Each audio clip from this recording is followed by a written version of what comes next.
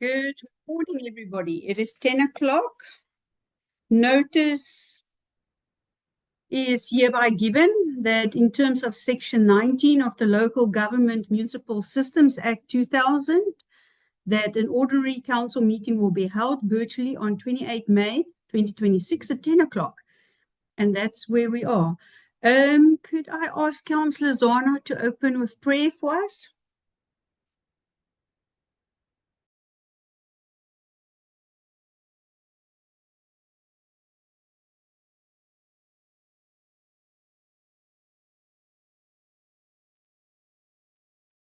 Thank you, Speaker. Let's bow our heads in prayer.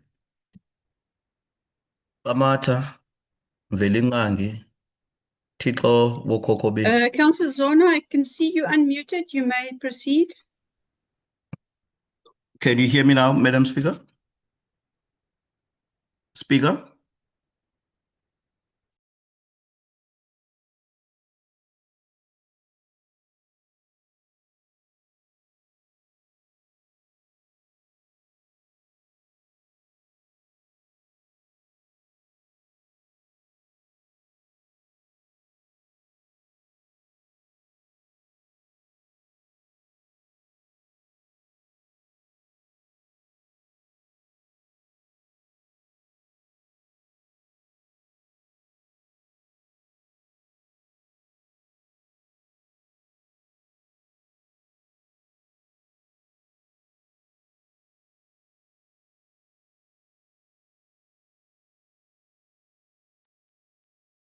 Speaker, can you hear me now?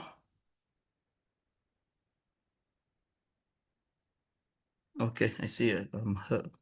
I'm audible. Thank you, Councillor Okay. Zana. I just had a little technicality. I couldn't hear you, but Oh, yes, now I can hear you. let's bow our heads in prayer, Madam Speaker. Thank you very much. Amata, Velingangi, Thixo wokhokho bethu.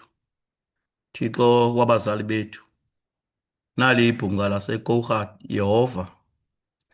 Lihlangene namhlanje lizothi thaca uhlahla lwabiwo mali kunye ne-IDP ebalulekileyo Yehova.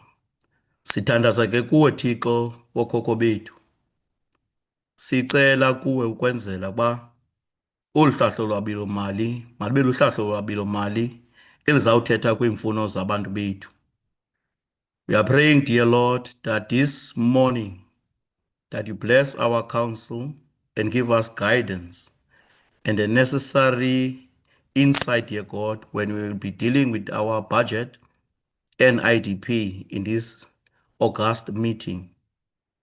I pray, dear Lord, that the budget that we are tabling today, may it speak to every person from all corners of on walks of life of Kouga, rich or poor, but let this budget be, dear God, a budget that will change their lives. Let it be a budget that will be equitably shared amongst our people. We know, dear Lord, that there's not much that we can do, but I pray that you give us the necessary power and wisdom to lead our people from all walks of life in Kouga. I pray, dear God, that I know that these things are only possible when you do allow them. We pray, therefore, dear God, for a very successful meeting that we are going to have today, regardless of the various political parties that we are coming from, that you bless this council and the people of Kouga. In the wonderful name of our Lord and Savior, Jesus Christ. Amen. Thank you very much, Councillor Zana. I'm going to go to the roll call. Could I also ask councillors, I'm going to start with volume 2 today. So while I'm going through it, you guys can open volume 2. So we're going to start with volume 2, then we'll go to volume 1 and then confidential agenda. First of all, Councillor Alexander, are you present? Good morning, Speaker. Good morning, all councillors, officials. Yes, I'm present, Speaker. I'm just going to change to my laptop. I'm having challenges to log in, so I'll be changed and set shortly. Thank you. Thank you. Councillor August.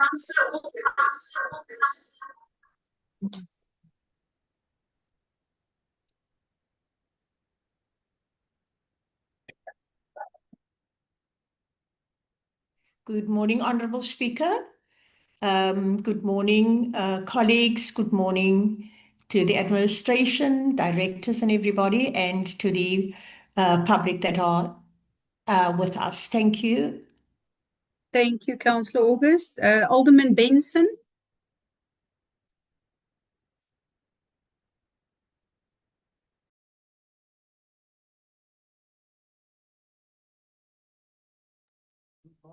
Morning, Speaker. I'm present. Good morning, Alderman. Sorry. Honourable Mayor Borman. Sorry, me too. I'm also present. Thank you. Thank you. Thank you, Honourable Mayor. Councillor Dudlu. Good morning, Speaker and everyone present. Thank you. Councillor Foley. Good morning, Speaker. I'm present. Thank you. Councillor Gertenbach. Good morning, Speaker. I'm present.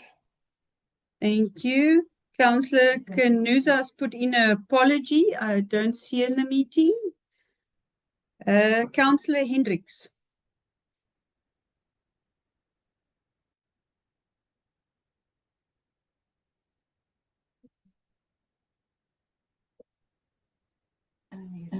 Good morning, Speaker. Good morning, Councillor. You've got very bad feeding. Okay, I'll try and fix that, Speaker.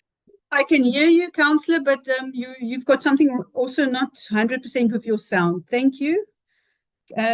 Councillor Haystack. Everybody, administration, I'm here.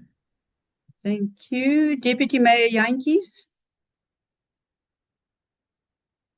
Good morning, Honourable Speaker. I'm present. I would also like at this point to make an apology for Director Lawrence Ramokuela. Mr. Cedric Grootboom will be standing in for him today. He might join us later in the meeting. Thank you, Honourable Speaker. Thank you very much for that one. I am present. Councillor Maria is present. Councillor Mbandana.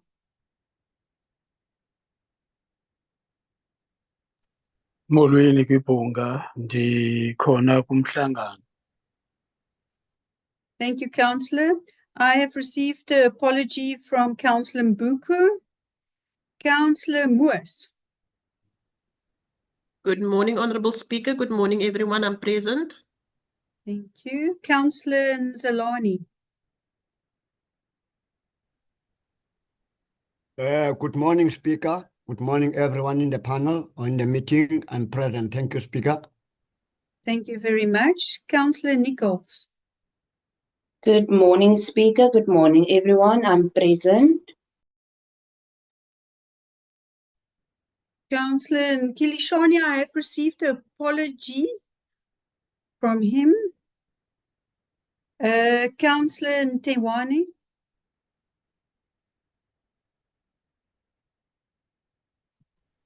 Good morning, Speaker. Good morning, everyone. I am present, Speaker. Thank you. Welcome. Councillor Nshota.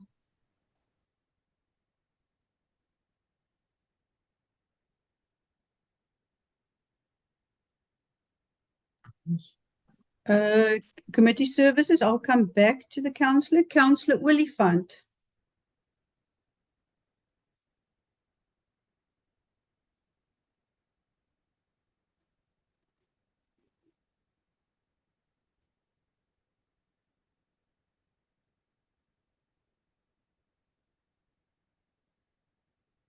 Councillor Oliphant, are you present?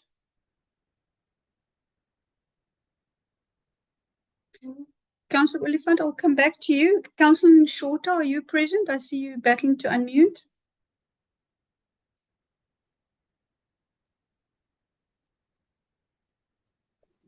Good morning, Speaker. Good morning, everyone. I am present. Thank you very much. Councillor Oliphant, I see you also unmuted. No, it's your officials, Speaker. It's your officials. Tell them to stop listening again. It Thank is you, them. I've Councillor been unmuting. Oliphant. They mute. I'm muting. They mute. Tell them to stop that nonsense. Thank you, Councillor Oliphant, for being present. Councillor Wayne Peterson, are you present? I had said property kwedo. Pare a pay ayo. Sira nga hetu hope Councillor, eight I have no idea bokati. what you're saying. Please Amti refer to sado the nga he. rules. Councillor, please speak to the rules. I had The said official language is property English. kwedo. I said Thank you, property Councillor. kwedo. I believe Pare a pay you're not ayo. speaking any language at the moment. I'm going to mute you. Thank you, Councillor. Councillor Claudette Peterson, are you present?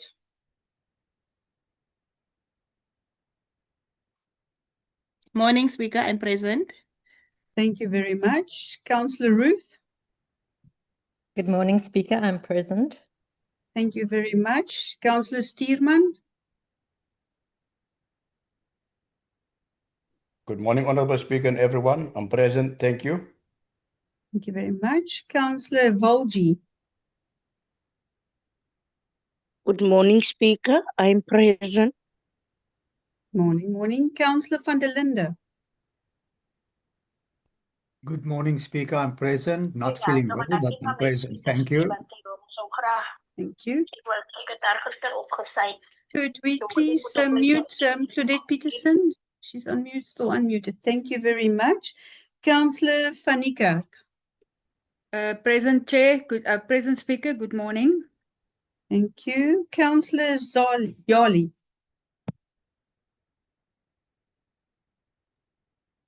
Good morning, Speaker. Yes, I'm present. Thank you. And Councillor Zana is present as he opened for prayer with us. Just want to check, Du Plessis, are you present? Present, Speaker. Thank you. Deputy De Jager, are you present?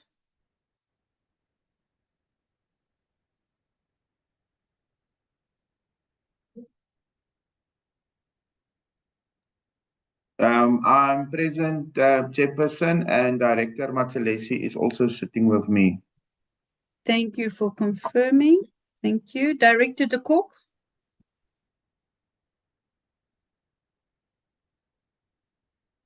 Good morning, Speaker and councillors. I'm present. Thank you. Thank you. I have received an apology from Director Lorgaard and Neville Swartz standing in. Just want to confirm, Mr. Swartz, are you in the meeting?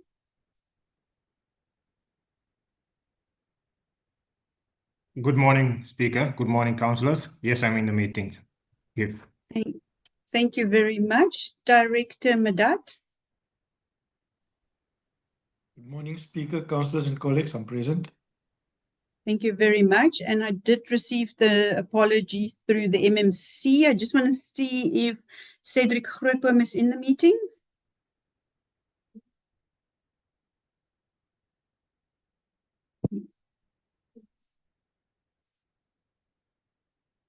Yes, Deputy Mayor. Thank you, Honorable Speaker. Please note that Mr. Grootboom don't get the invite directly to me. I will just confirm. Good morning, present. Thank you. Thank you very much. I have Ms. Opperman with me and Ms. Rousseau and all of everybody with me in the office. So we have gone through everything else. All the apologies noted. We don't have presentations as per number 5. Number 6, acknowledgements, condolences, and congratulations. Honorable Mayor, you have indicated that you would like to do acknowledgement, condolence, and congratulation. Thank you. Thank you very much, Honourable Speaker. Speaker, I just want to give my condolences to Councillor Oliphant. He has lost a grandson or a grandchild. It is, regardless of our political differences, it is truly sad when people lose their lives and family members. so forth. And regardless of what happens in politics, it is we need to really just we are thinking of Councillor Oliphant and his family during this difficult time as a family. Thank you. Thank you, Honourable Mayor. Alderman Benson.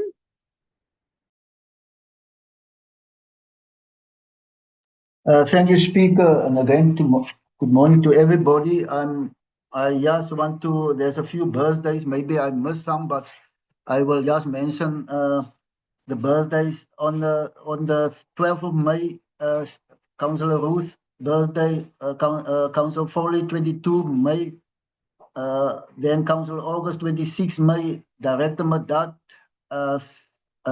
Councillor Gunusa the 31st of May. It's in a few days time, and then Director Madat 3 June, and Councillor Chota 14 June, Director Kok 15 June, Councillor Martina 25th of June, and also Councillor Valgi is also on the 25th of June. If you want to have to keep it quiet, I just announce, and also those that I didn't announce, I also want to wish you, and I hope that you have a blessed day and all the good things going forward. Thank you, Speaker. Thank you, Alderman. Councillor Mbandana.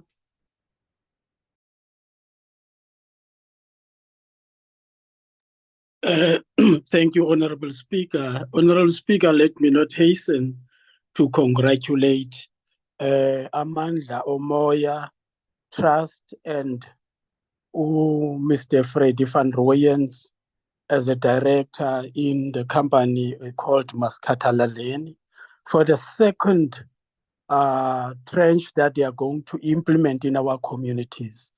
We're saying to Amandla Omoya, as a stakeholder of Gouga and Maskatalaleni, Ningamakawe, you are the heroes. You are responding at times when we've got difficulties and challenges.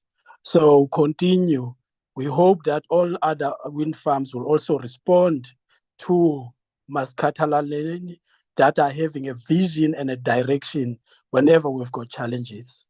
Lastly, let me express my belated condolences to Mama, the late Mama Anaki Vetboy, who turned 101 this year.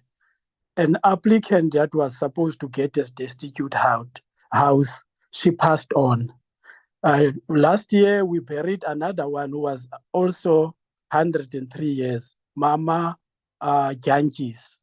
I don't know when are we going to wait as this municipality. Do you want to see our centenarians passing on before they get houses?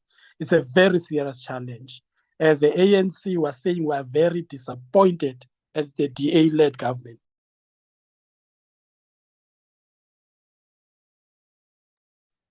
Thank you, Councillor. Councillor Nizalani, you're the next speaker.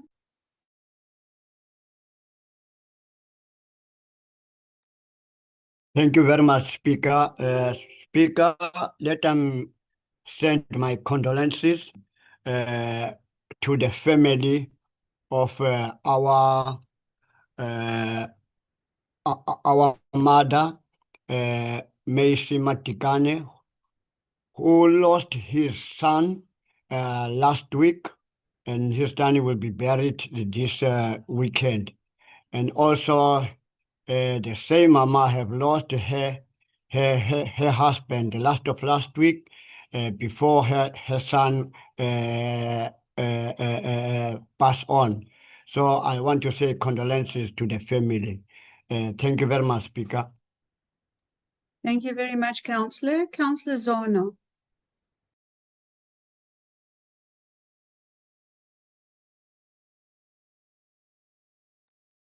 Thank you very much, Madam Speaker. Good morning to everyone in the meeting. Perhaps mine will start on the condolences one, where I want to send our heartfelt condolences to our colleague, Councillor Oliphant, on the loss of his grandson, and also to our comrade in our trenches, Comrade Fundis Oliphant, who lost his son in this bereavement. So I wanted to raise that condolences, Madam Speaker, but also equally wanting to congratulate Madam Speaker and wishing Bafana Bafana very well. They are going to be representing South Africa and the African continent in the upcoming World Cup that will be played in Mexico, US, and Canada, starting from the 11th of next month.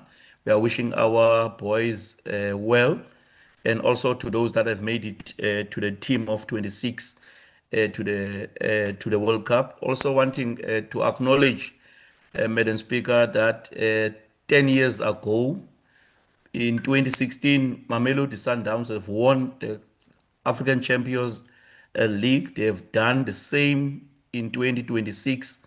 We also want to congratulate them because they are a beacon of hope and they are really showcasing our football to the world and also to Africa as a whole. They are now the #1 team in Africa. Then the last one, also to congratulate Orlando Pirates for winning the premiership here in South Africa. We want to wish them very well because it was dominated in the past by Sundowns. Lastly, Madam Speaker, I also then want to wish all African National Congress branches that are going to BGMs to elect candidates that will represent the communities, the various communities in different wards of Kouga in this council after November 4th. We want to wish our branches a success and calling and all people to participate and champion behind them. Thank you very much, Madam Speaker. Thank you very much. The next one on the list is Councillor Peterson.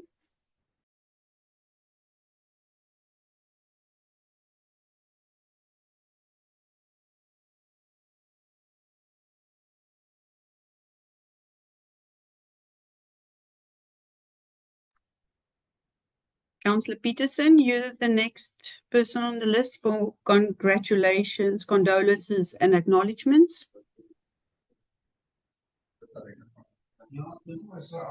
Speaker. I can hear you clearly, Councillor. Councillor, please refer to your rules and order. Please speak English. Oh, okay. I thought we could speak. I did not know we are subjected to a specific Councillor, please get to your acknowledgements. Speaker. Councillor, Remember, it's not my mother tongue. Councillor, so it is very difficult. I'm not going to tolerate this. Please carry on to your acknowledgements, condolences, and congratulations. I'm carrying on, but you keep on interrupting me, so it makes it a bit difficult, especially since it's not my mother tongue. It's your mother tongue, not mine. Speaker, I would like to rise in congratulating the Links Royal House in the Eastern Cape for reaching yet another milestone in the recognition process. We are embarking on the final journey or the final part of the journey when the Links Royal House in the Eastern Cape will be the first 5 applications that will be part of the last step of the recognition process on the 1st up until the 5th, when the different regions, and that being Sundays River Valley, Snowdeer, Kouga, Ndlambe, all part of the Links Royal House, a process that we have been embarking on for the last few years, whilst being subjected to a process of recognition in terms of who we are as the Khoi and San. I would like to congratulate them and wish them all the best with the last process that is supposed to unfold in Gqeberha. Having said that, I also want to congratulate the people of Knoflokskraal in remaining firm and standing without or resolute in their defense of the indigenous land that belongs to the Khoisan San, the land that was stripped from us through a violent process of colonialism where the white man came Councillor? with a boat and Councillor Peterson, then please defeated refrain from that. You unarmed. are busy with racial remarks. Please keep to I am condolences and things. It's not racial Thank remark. you. It's not It's the racial first remark. warning. It is not racial remark. Don't come. Is white a racial remark? I'm trying to establish whether white has become a racial remark now. Councillor, Speaker, please stick to stop. congratulations, condolences, and acknowledgements. It is congratulations, condolences, and acknowledgements. I am acknowledging the fight of the people of Knoflokskraal against the racist Democratic Alliance in the Western Cape that has been trying by all means to evict them from land that never belonged to any white man. So I'm trying to acknowledge their firm stance in this process of restitution of a land that belonged to the indigenous people of South Africa. I thank you, Speaker. Thank you, Councillor. Councillor August, you're the next speaker.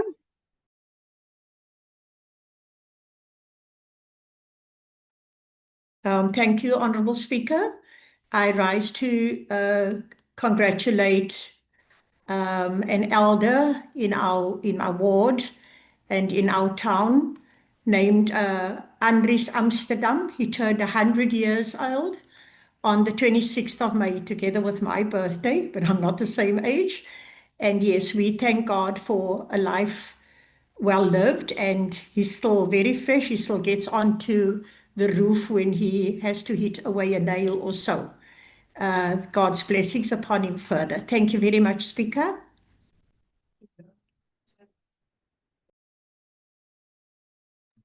Thank you, Councillor. Councillor Glutlu. Thank you, Speaker. Speaker, I wish to congratulate the DA. On the 27th of May, which is yesterday, they launched the first flighting of a poster with regards to the registration campaign. So, in preparation for the elections. So I wish to congratulate the DA. Secondly, Speaker, I wish to congratulate the NPA on the successful conviction of a court case of assault against a councillor. I will not name his name, but it is a male, and of a Koga councillor who has been overstepped his mark and is officially a bandit. And I trust that the law will take full effect Councillor, and we'll see them. please refrain from using that wording, please, All right. Councillor. All right, I do withdraw that that fact. But and then I wish to congratulate the Ward 2 and Ward 14 residents. Yesterday they conducted an incredible march version against illegal foreigners who are obviously in the country. It is a big movement, and what is of significant is that they defied the likes of Balula and Malema, because those two representatives of those two parties love foreigners, and they want foreigners to stay and take our jobs. So well done to the march, and let us continue with that. I'm proud of that movement. That will be all for now. Thank you. Oh, lastly, sorry, Speaker, I want to congratulate the Mbandana who mentioned that who praising other NPOs. I think maybe if they praise NPOs and that we must give them recognition, perhaps we should withdraw the ward monies and give those to the organization, because they seem to do a far better job than those the ANC councillors who can't do anything, who lack vision and direction or the desire to fix up or to come in terms of disasters. So maybe the money should be redirected to those to Mr. Van Rooyen. He does a better job than all of them combined. Thank you, Speaker. Thank you, councillors. The councillors that's putting up point of orders, we don't do point of orders on acknowledgement. Councillor Oliphant, you the next speaker.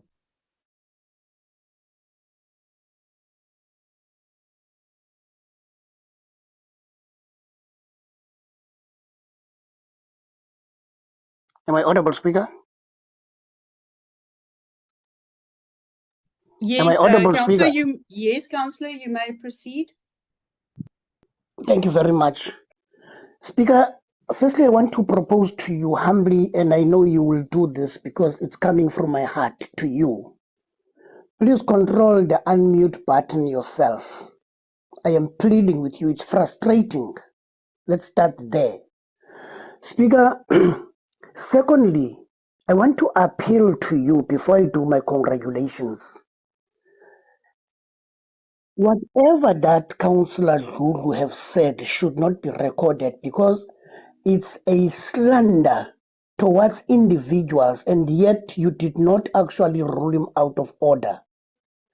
And thirdly, it's politicking and campaigning for him to attack people who have got nothing to do with this council meeting. Balula has got nothing to do with this council meeting. He's there in Joburg, right?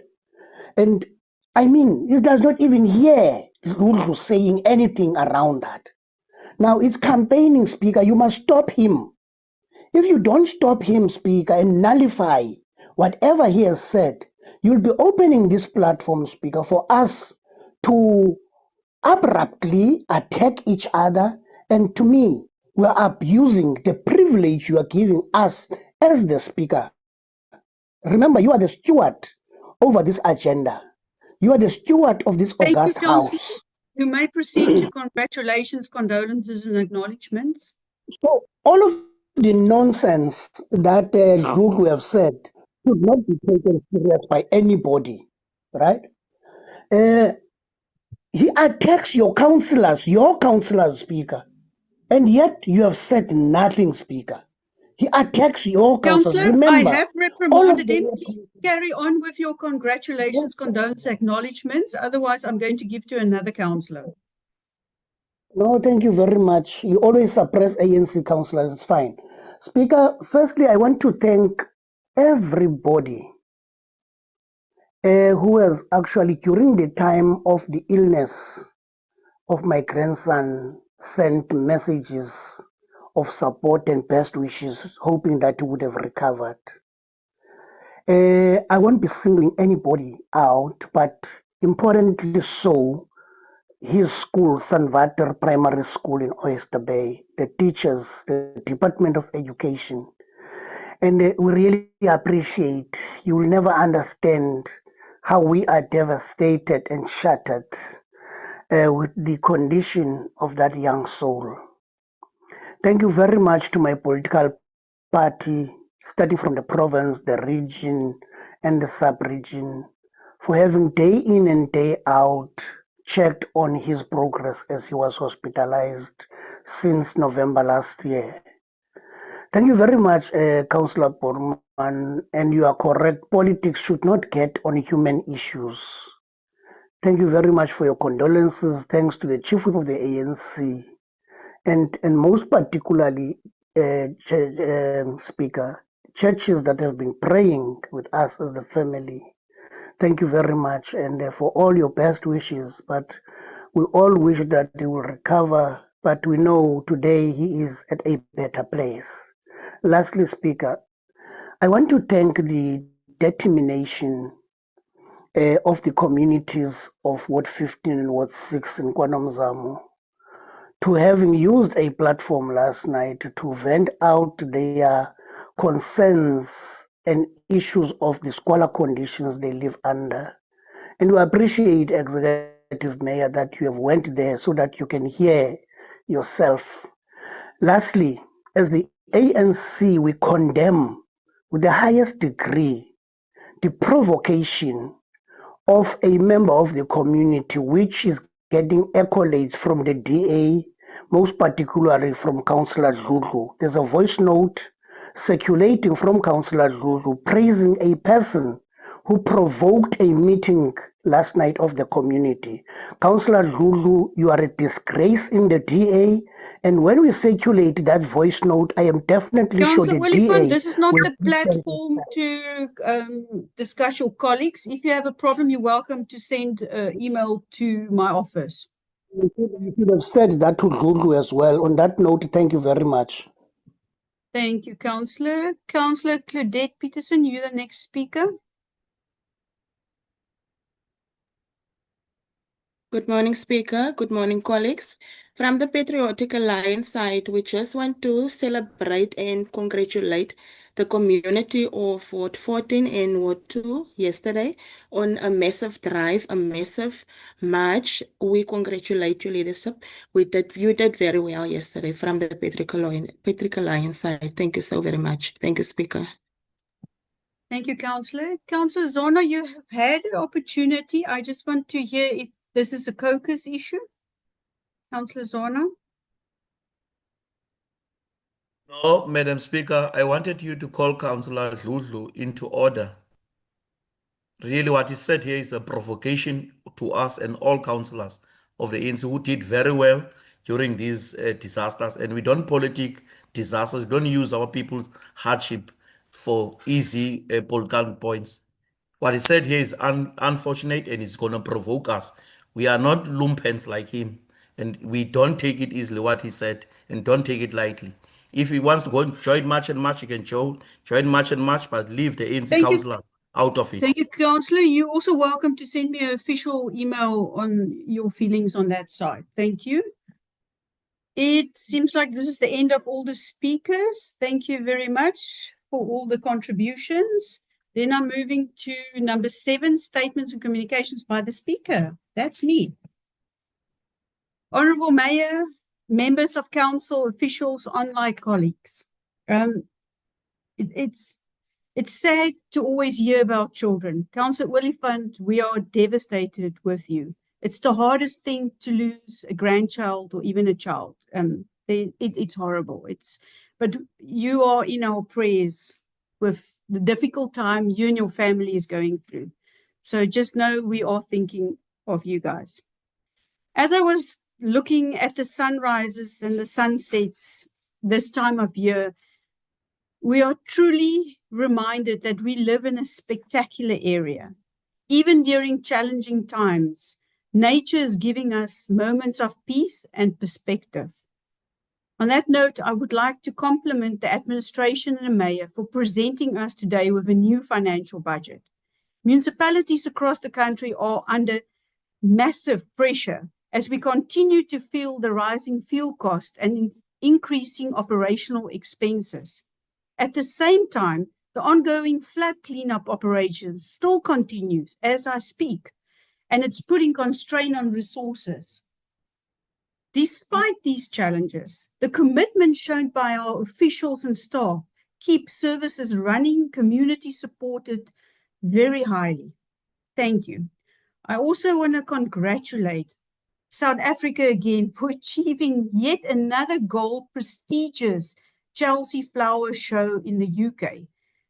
This showcase that was done in the UK is very much also relating to the fires that we also went through. They did the fire and with the new life coming out on the other side. So congratulations to that team. Then lastly, I want to thank each councillor, director, and administrator sincerely for every extra mile that you walk for our residents. So much hard work is happening behind the scenes, yet it makes a difference in people's daily lives. It is an honor to serve along so many dedicated individuals, and I feel truly part of such a great municipality. Thank you for even going through difficult circumstances. Thank you very much. Number 8, statements and communications by the Executive Mayor. Over to you.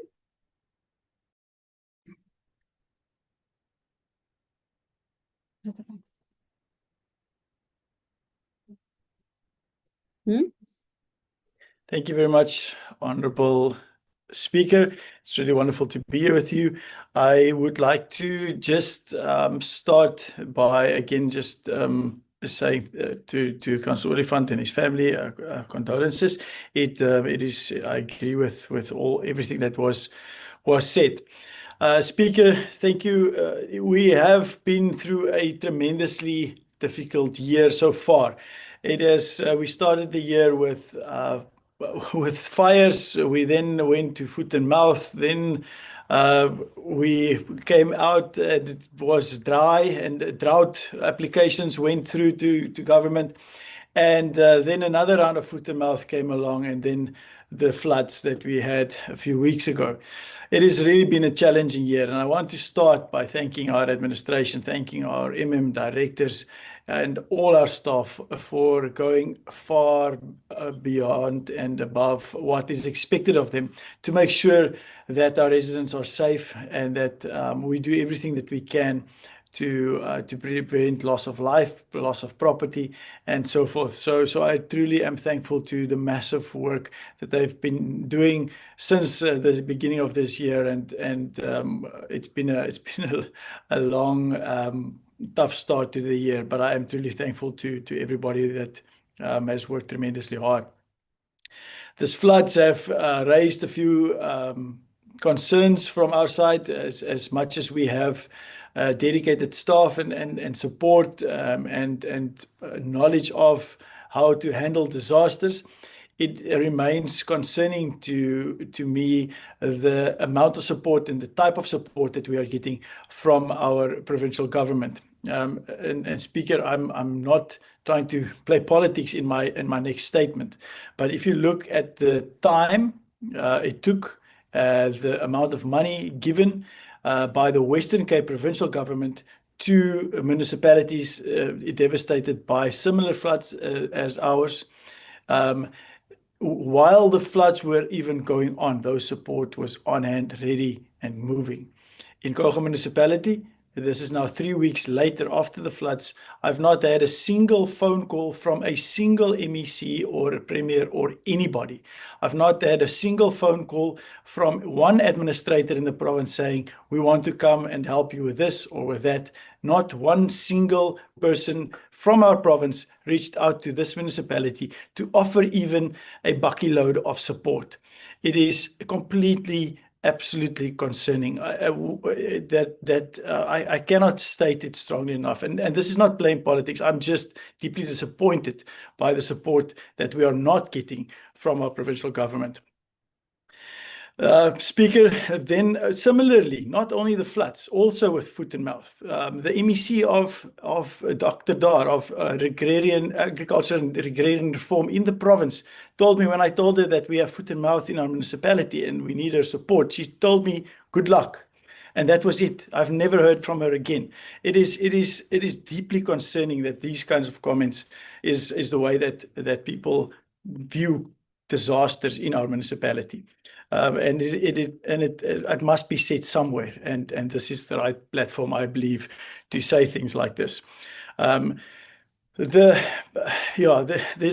quite a few other things that concern me, but Speaker, let me move on to some more positive things. We've had an extremely well run and well attended Mayoral Cup that just passed, and I want to thank all the teams, all the sportsmen and women, all the representatives of their different clubs and associations and sporting codes for their effort in firstly organizing all of this but also attending and playing and participating in this Mayoral Cup. It was truly a good event, and I think we are moving in the right direction, and we will continue to make progress in developing our sporting codes across our municipality, and this is something that I am really passionate about and believe that we should grow into something really special. As far as our sport is concerned, it really has such a massive benefit to our young people, and gives people opportunities to a better life. As in our area specifically, rugby has done. It's really wonderful to see so many people from Coega municipality presenting different clubs across the world, and it's really and obviously also at the national level. Speaker, also thank you to our staff that was really worked extremely hard to make sure our Mayoral Cup runs well. Speaker, then as far as this current meeting is concerned, today we are tabling our IDP for the new year as well as our budget. It is the last IDP for this term, and I do want to thank our and directors for the massive effort that they put in also in our public participation process in making sure that our IDP can be tabled today, as well as to our CFO and directors for huge work in making sure we have a funded budget that we will be tabling as well. Speaker, we have not had a more pro-poor budget than the current one that we have on our table before us today. We have increased the indigent support figures. We've increased so many support in terms of water allocations, electricity allocations. There's so much in terms of property value, as well as the increases that we usually, that residents usually feel is exorbitant. We've tried to keep it as low as we possibly can.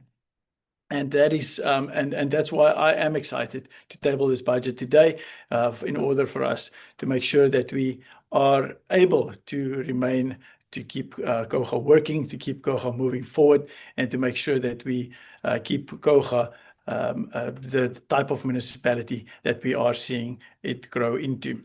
Speaker, then a last document that is not on our table today, but it's out for public participation, and I just want to mention, because it will be coming to council very soon, and is equally as important, is our SDF that's finishing up the public participation process now. Our SDF, or Spatial Development Framework, is a critically important piece of document that we use to project the future of our municipality, how and where we want to grow.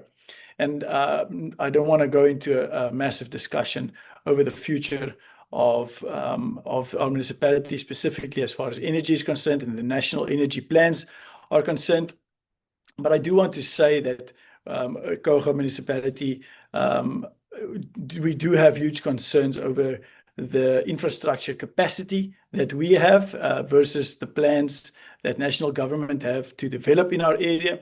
And we are engaging with them very specifically to make sure that we are not overlooked and we are not left with our, well, literally almost with nothing to be able to give people that come to our municipality looking for jobs, looking for economic opportunities that we are currently giving them. So we will see an influx of people into our municipality, and we have to make sure that we are able to steer this ship that is COGA in the right direction to the benefit of all our residents that currently live here. We will be expected and continue to be expected to deliver services to all of our residents, and we need to make sure that that priority remains our highest priority and not other people's agendas for us.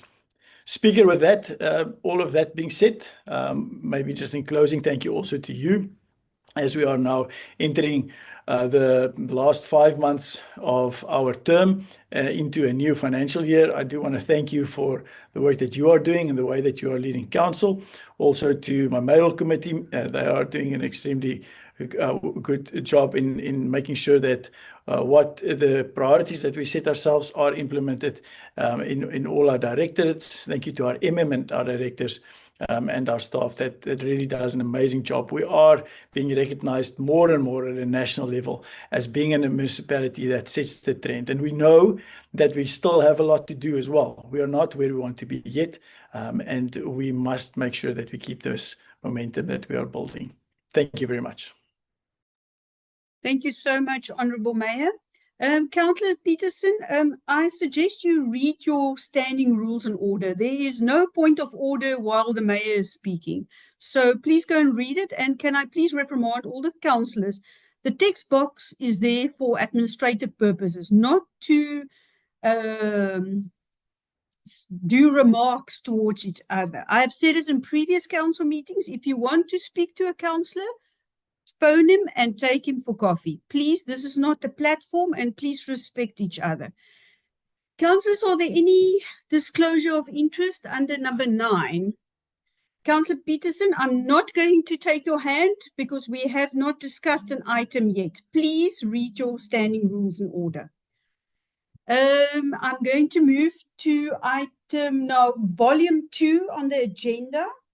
I hope you all have it open. And then I'm moving to the first item on volume 2, number 19, reports of the Office of the Municipal Manager, MM3. And I'm going to give over to MM du Plessis.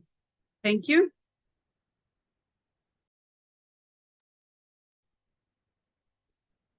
Thank you, Speaker. The first item is 2605 MM1. That's the Institutional Performance Report for 2025 and 2026 financial year for the period 1 June 2025 to 31 March 2026. The recommendations are on page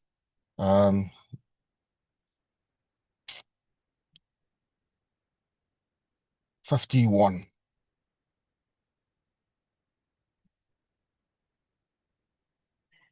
Thank you, MM. The first speaker on the item is Honorable Mayor. Thank you, Speaker. The item that you directed us to and the item that the MM now presented aren't the same. I just want to clarity. Are we doing the IDP first or are we doing MM1 first? Honorable Mayor, I'm on volume 2 on MM3, so the MM did go to the correct item on my volume.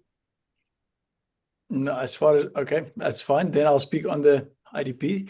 Thank you, Speaker. The IDP, like I said, now that we have before us is for the remainder of our term and then also half of it going into a new term. This is really critical for us to adopt today. And I do want to thank again the MM and directors for massive work that went into compiling this. Speaker, if I can just propose, we still have a day or two before it needs to be submitted by the end of this month. If there are small things that needs to be changed, there are a few that we picked up as far as ward boundaries are concerned, as far as just some small issues is concerned, that we please can submit that to you in writing, if that's okay. And then those changes can be made before the final document is published and sent to province. Thank you very much. Thank you, Honorable Mayor. Just to confirm, we are on volume 2, MM3. So that's correct. And you were the first speaker. The next speaker on the item is Councillor Nshota.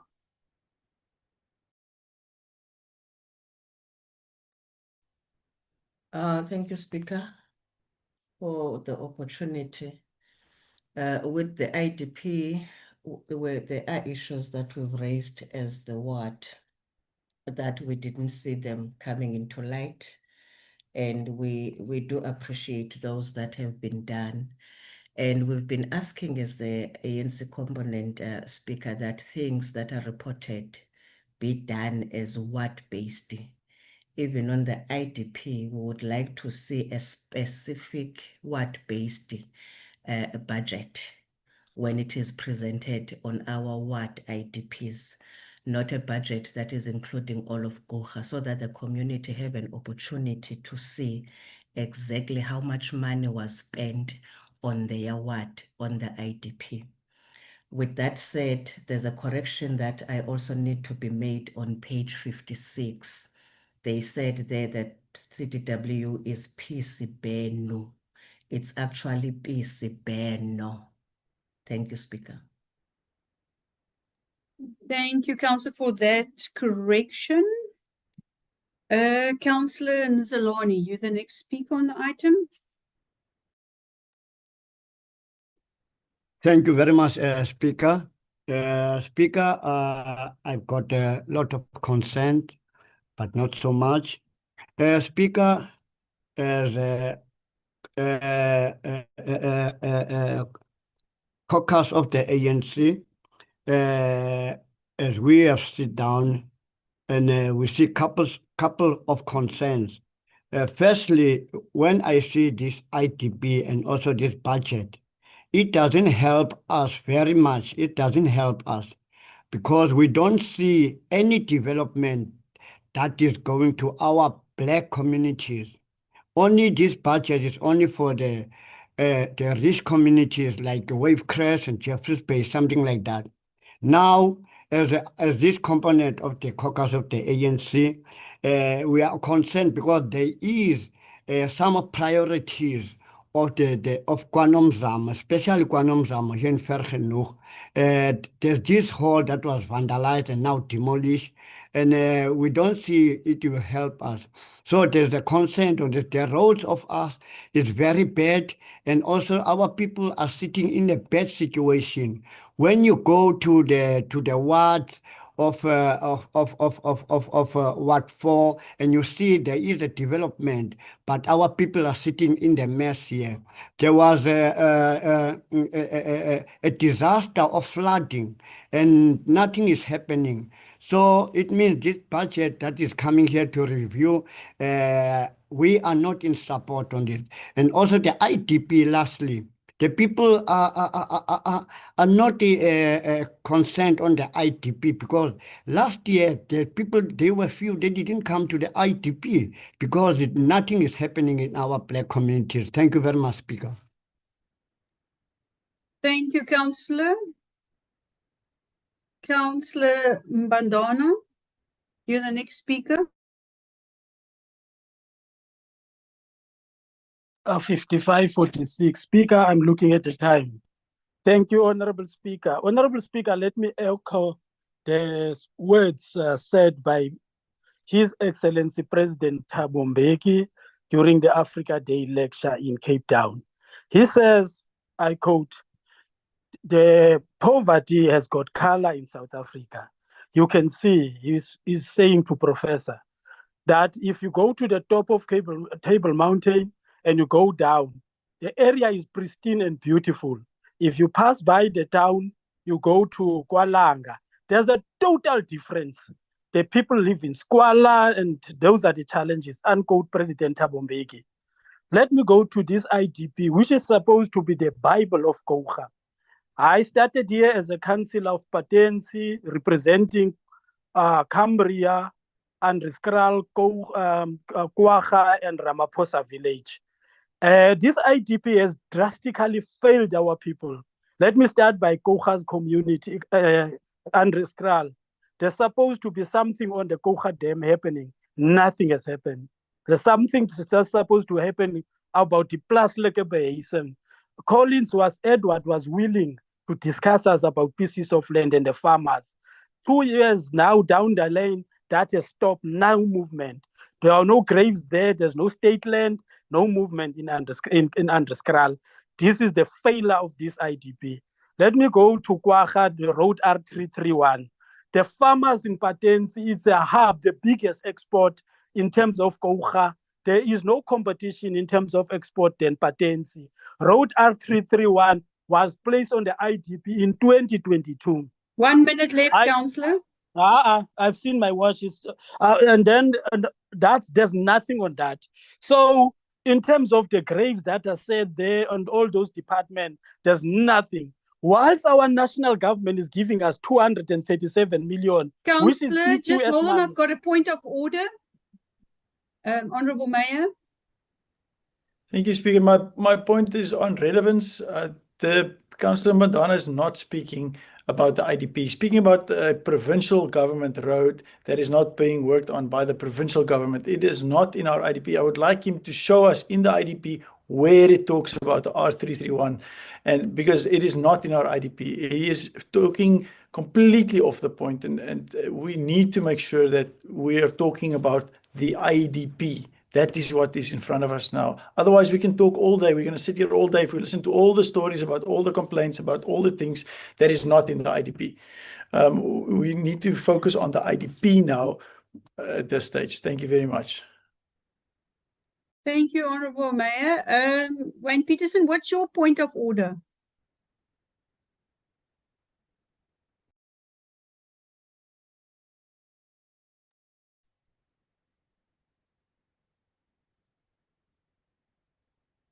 Councillor Peterson, you had your hand up. Yes, I'm listening. Kan u my hoor? I can hear you, Councillor. Dit is mos daarom een van die mense wat baie tale kan praat. Ons het mos 11 tale in hierdie land. Councillor, please stick to English. Daar's 3 official languages in Kouga. Afrikaans, Engels en Xhosa. Jy gaan nie vir my kom sê ek moet net Engels praat. Councillor, what is your point of order? Which number? Is hart en God. Is hart en God. Dis my point of order. Hoe kan dit wees dat jy vir you my are sê out of line, Councillor. I'm warning you the first time. You're not giving me the point number. What is your point of order number?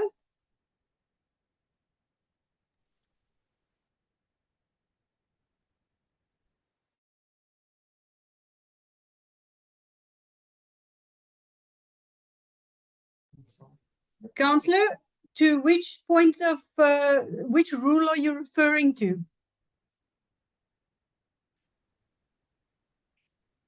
As hart en God. Thank you, Councillor. I'm going to mute you, and you've used up your own one and only point of order. Thank you very much.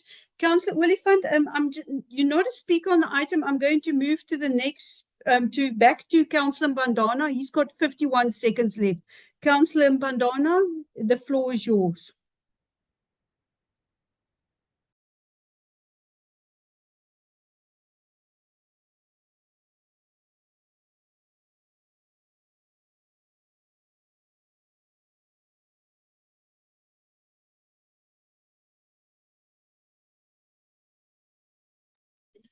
Councillor Mbandana, you still have 51 seconds left.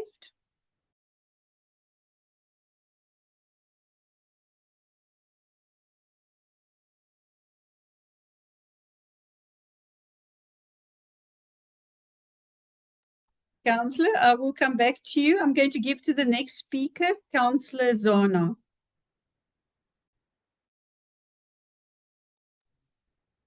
But Speaker, you are unfair. I finished my seconds. Councillor Mbandana, you can continue. You've got 51 seconds left. Yes, you may continue. Yeah. Oh, okay. Honorable Speaker, I'm sure if you hit somebody with the truth, you'll see his true colors. Let me go to the last part. I'm sure there is something in the IDP that speak about PIMS. It means planning, implementation, management, and support system. That is driven by the national government. That team has got staff with experience, professional engineers, all skillful people. As the ANC, we believe in word-based IDP so that our communities, stakeholders, farmers can come together, solve patency sewerage system that stinks and it run wrong, the great worlds that. Thank you, Councillor. Your time is up, and we are not supporting this IDP as the ANC. Thank you, Councillor, because I still don't see where you refer to the provincial government, which page, so it's not relevant. Councillor Zahn, are you the next speaker? Thank you very much, Madam Speaker. Madam Speaker, perhaps let me start by saying from the word go, that is African National Congress, no matter how sweet or convincing it may be said, or how theoretical the compilation of this IDP may be looking perfect, but as the ANC component, we are not in support of this particular IDP. One, Chair, Madam Speaker, one would have loved, because this is a review that we are talking about on our final term of the IDP, the priorities, out of 10 priorities, in particular, I'll speak to Ward 13 in Weston. If I were to take any person from that raised some of the priorities of that were supposed to be part of our IDP, that are part of the IDP, and check in terms of how many were achieved, you'll find out that zero, almost to none were achieved in terms of IDP priorities that were raised by our communities. I want us to perhaps to go, Chair, in terms of the informal settlements in page I think it's page 271, where it says that in Weston there's almost 90 informal settlements and they are electrified. And I want to see it because I see that in some of the communities, it indicates that there's zero electrification that has taken place. And for us, we are at the end of this term, and those communities since 2022 till now have not got electricity. Are there any plans of perhaps improving the livelihood of those people in those informal settlements? You'll go to page 352 on the issues of high mast light that were erected. Go and check in all 1 of our minute left, townships. Councillor. Go and check in all of our townships. The high mast light, the condition of those high mast light, they are hardly maintained. It's dark. Crime is thriving in those areas.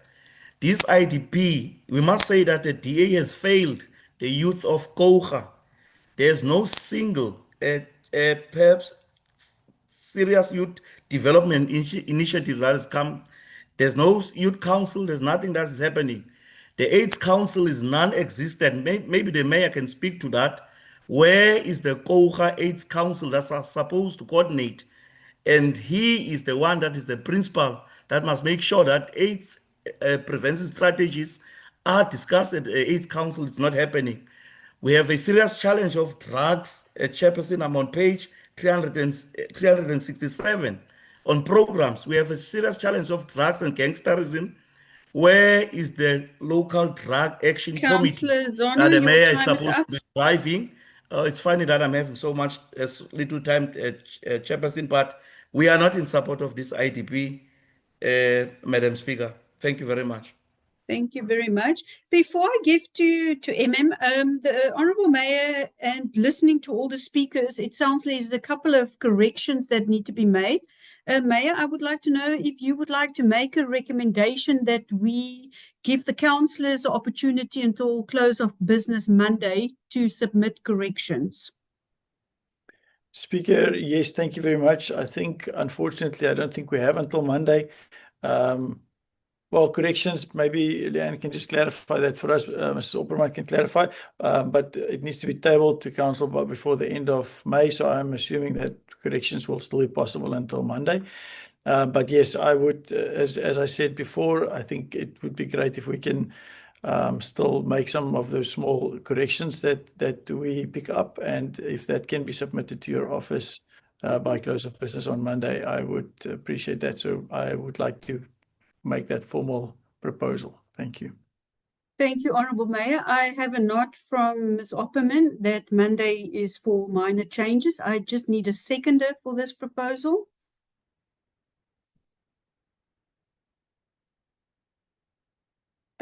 Councillor Gludlu.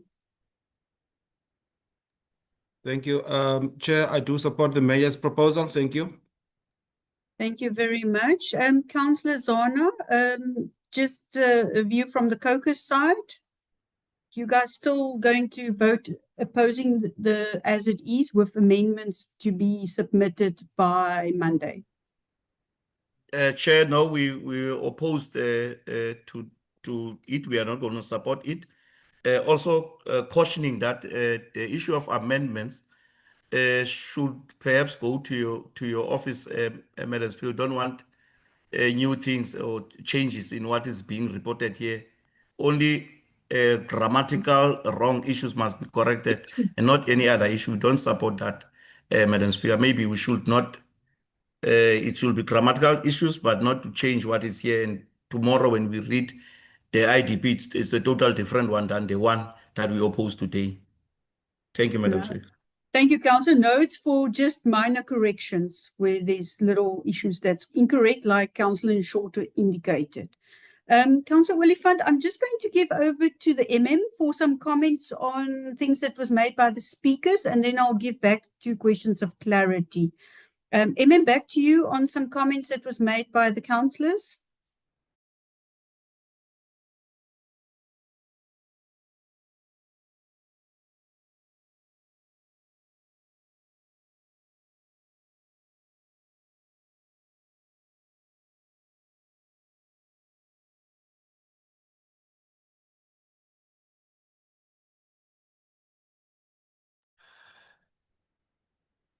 Thank you, Speaker.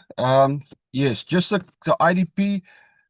This document comes basically from 5 years ago, and this is the last year of the IDP. And the coming budget will probably also be the last speaking to this 5-year IDP budget. We are already preparing for our next 5-year IDP, which the document will be prepared from just after the elections. From January, February, March, we'll be already be working on the new IDP. Then just on some of the comments that are made, I think in the IDP there is progress is noted on what was achieved and not. But please just remember that the municipality can only respond to what it is responsible for. So other government departments and provincial government and their failure to act on some of these programs is a reflection of that government and not the local municipality. And then councillors in the different areas.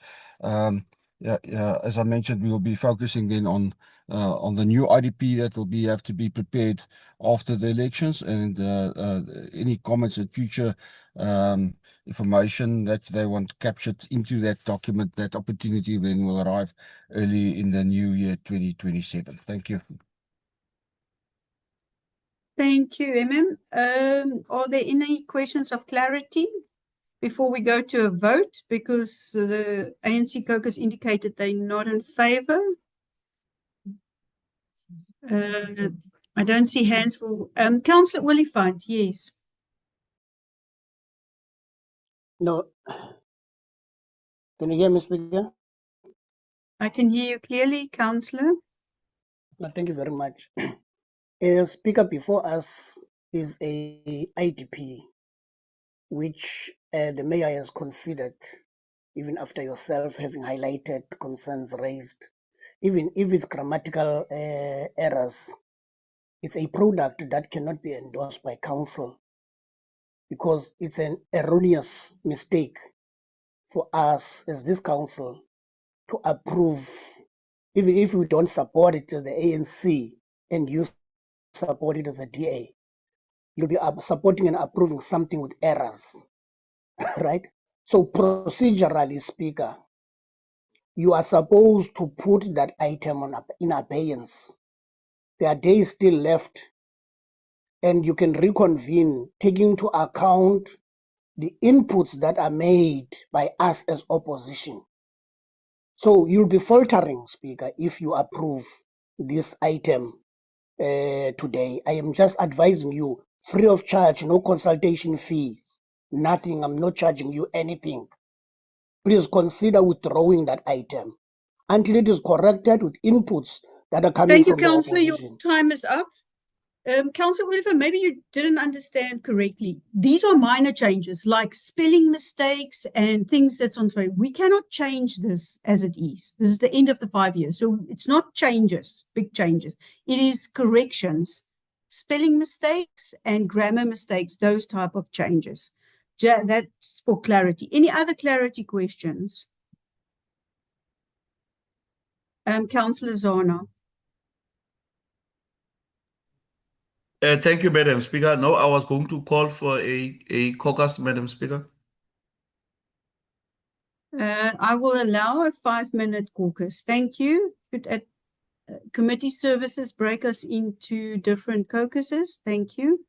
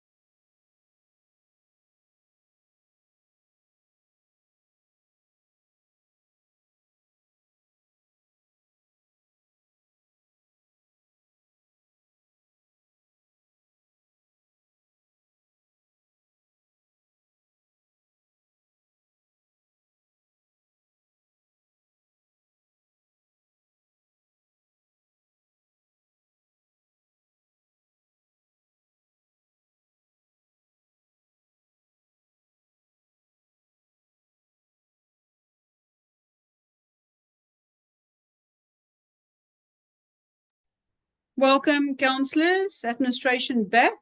Councillor Zana, would you like to give some feedback or continue? Thank you very much, Madam Speaker, and thank you for affording us an opportunity for the caucus. Madam Speaker, we deliberated on this and we want to put it to council that let us not perhaps adopt this IDP, but what we want to achieve, let's correct the errors that are there. There are grammatical errors and many errors that are there. And then, Speaker, we then ask you to call a perhaps tomorrow morning for all the corrections to be submitted and corrected, and then for a special meeting for us then to adopt the IDP, because the danger here is, Speaker, is to adopt an IDP that is full of errors, as alluded also by the mayor. So we want to do justice to this particular IDP that's proposed or tabled before us today. Thank you, Madam Speaker.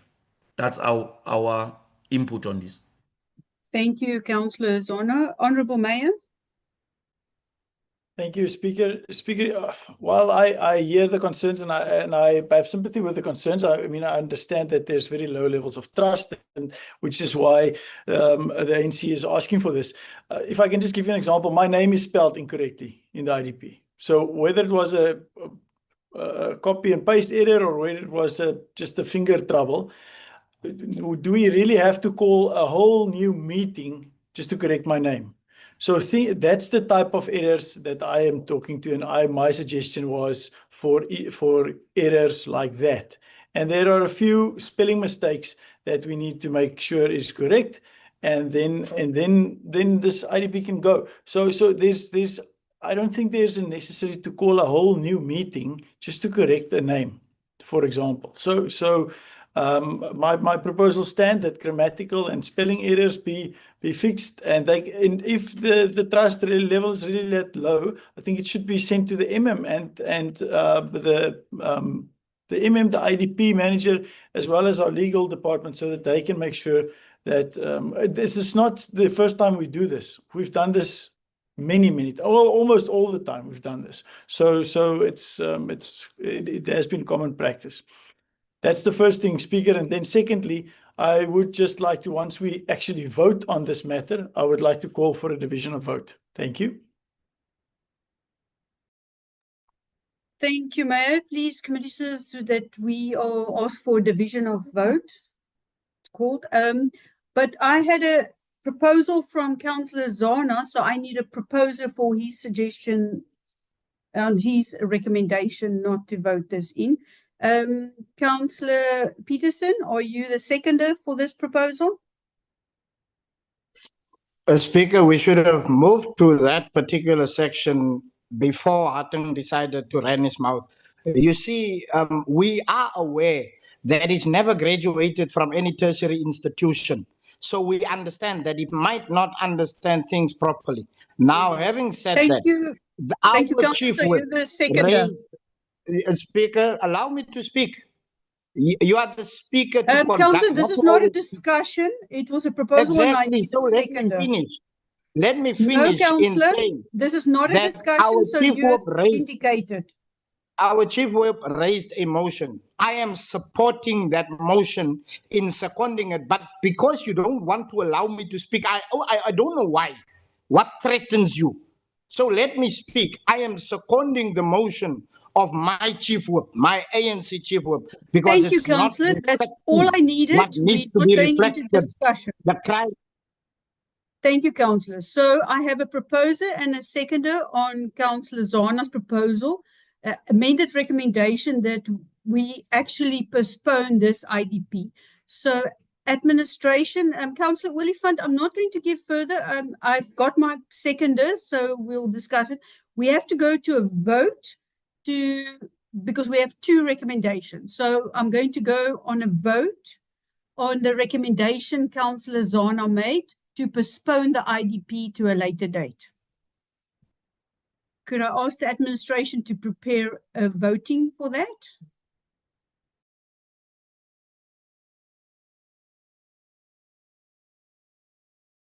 And the mayor's called for a vote, a division of votes. So it means I'm going to call your name and then I need to hear what if you're in favor or not in favor.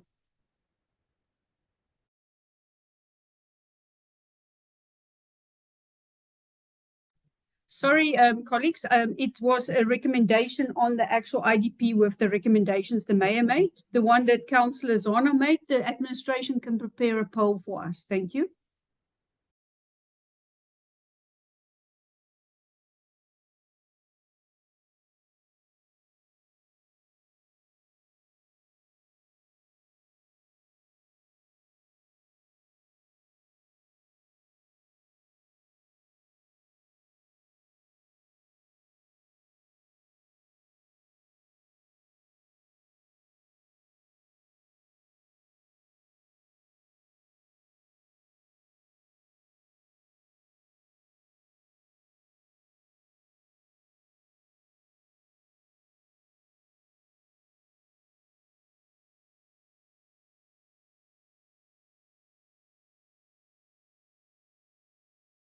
Councillors, please prepare to see the poll.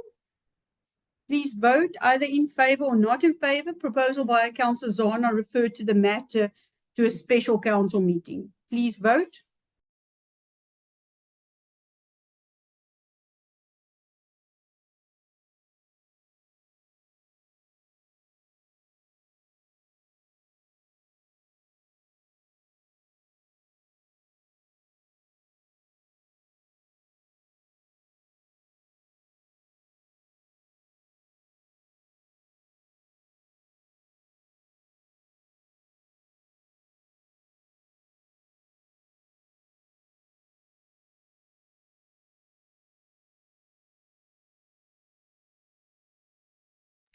Councillors, please finish voting. We are going to close the poll in 5 seconds.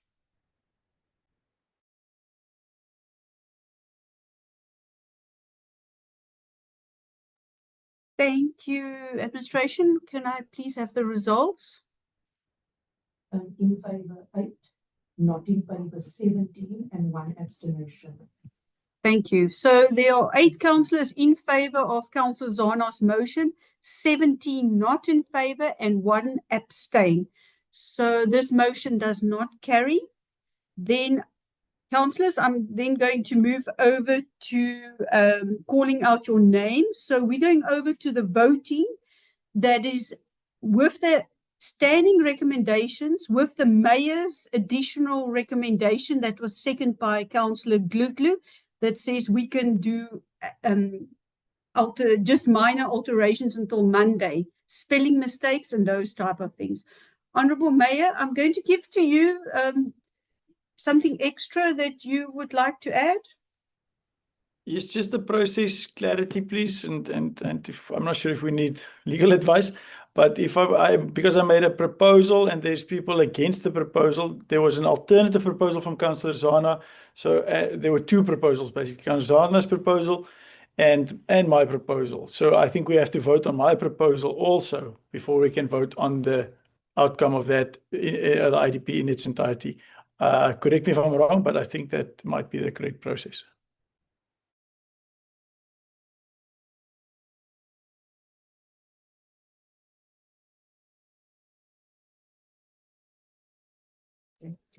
I'm going to give to Ms. Opperman just to explain the processes. It's 2 different motions. It was 2 different suggestions. Ms. Opperman.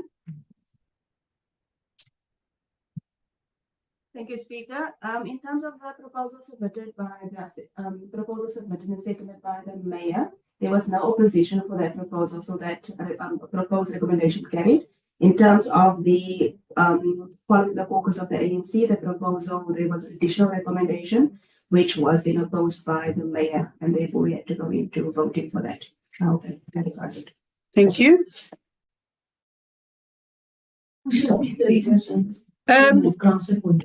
Councillor Peterson, you've already had your point of order. Councillor Oliphant, I'm going to give you a quick opportunity to speak, but it's not open for discussion. We want to go to a vote. Councillor Oliphant.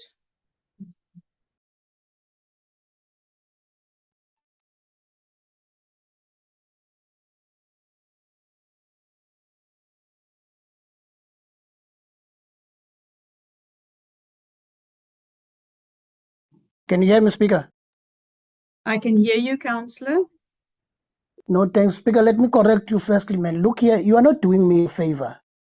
I'm a councillor here. I want to correct you. And every time when the mayor is raising, you smuggling me in as if the mayor is a super councillor than others. Stop this thing, please. I'm pleading with you. Treat us all equal, right? Earlier on, I raised my hand here, but you opted to give the mayor before. I know my hand was before the mayor. The mayor did not even raise a hand. You just gave him, right? So the ANC component wanted to raise a proposal on the issue of a division of vote. That would have been our proposal. But because you are treating us in the ANC Thank as you, black Councillor. sheep in the council, Councillor, the mayor stop had a this thing. clarity. Do you also have a clarity question?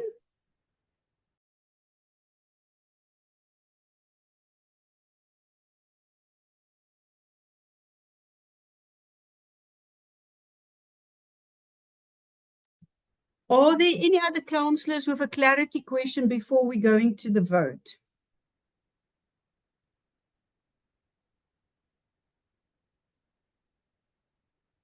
Okay, councillors, I'm going to go to voting and I'm going to call your names, and then you have to indicate if you are in favor of the current IDP with the additional recommendation that the mayor made and that was seconded by Councillor Gludlu, that allows minor spelling mistakes and grammar errors to be submitted by Monday. Thank you, councillors. I'm going to start with the first councillor. Councillor Alexander, are you in favor or not in favor? Speaker, good afternoon, good morning. Can you hear me? Yes, I can hear you. Yeah. Good morning. Speaker, Yes, can you hear me? Yes, councillor, you may proceed. Yes, I, Councillor Jacques Alexander, is in favor as proposed. Thank you. Thank you very much. Councillor August. Honourable Speaker, I, Councillor Cynthia August, Ward 9 Councillor, am in favour. Thank you. Alderman Benson. I'm in favor, Daniel Benson in favor, Speaker. Thank you. Honourable Mayor Boardman.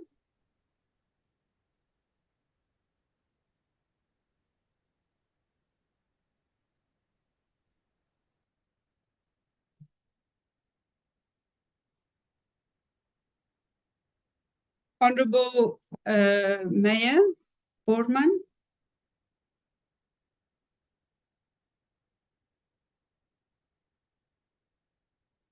I will come back. I am, Speaker, sorry, I couldn't unmute.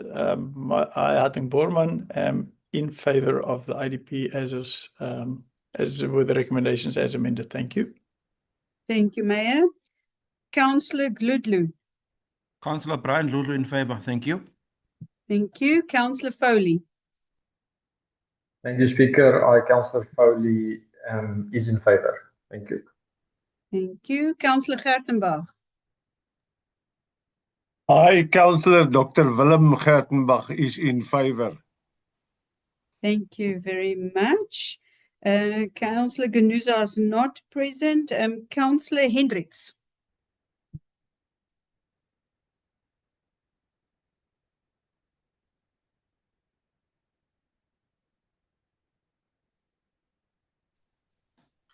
I, Councillor Hendricks, in favor. Thank you, Councillor. Just a bit of feedback there. Councillor Haystack.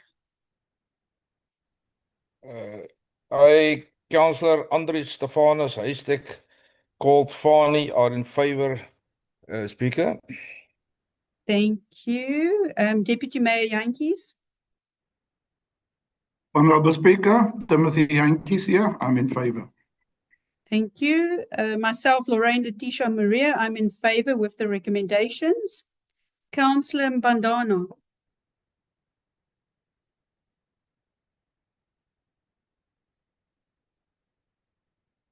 Honorable Speaker, I, Msingati Mbandana, I'm in support of Councillor Zana's motion and against the one of the mayor. Thank you. So you guys, thank you very much. I have apology from Councillor Mbuku. Councillor Moores.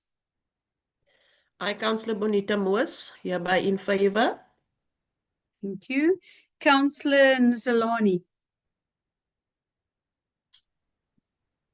I, Councillor Kolisile James Nzelani, of the poorest township of Kwanomzamo in Ward 6 of the Ward Councillor. I'm not in favor. Thank you very much, Speaker.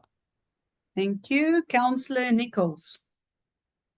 I, Councillor Melanie Nichols, is in favor, Speaker. Thank you. Thank you. Councillor Kilishani is not present. Councillor Ntengwane. I, Councillor Malungelo Ntengwane, I'm not in favor. Thank you, Councillor. Councillor Nshota.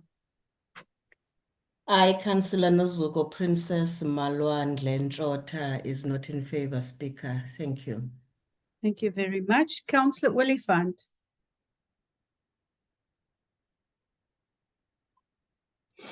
I, Pumzile Oliphant, I'm not in favor. Thank you very much, Councillor. Councillor Wayne Peterson. Letitia, can you me word?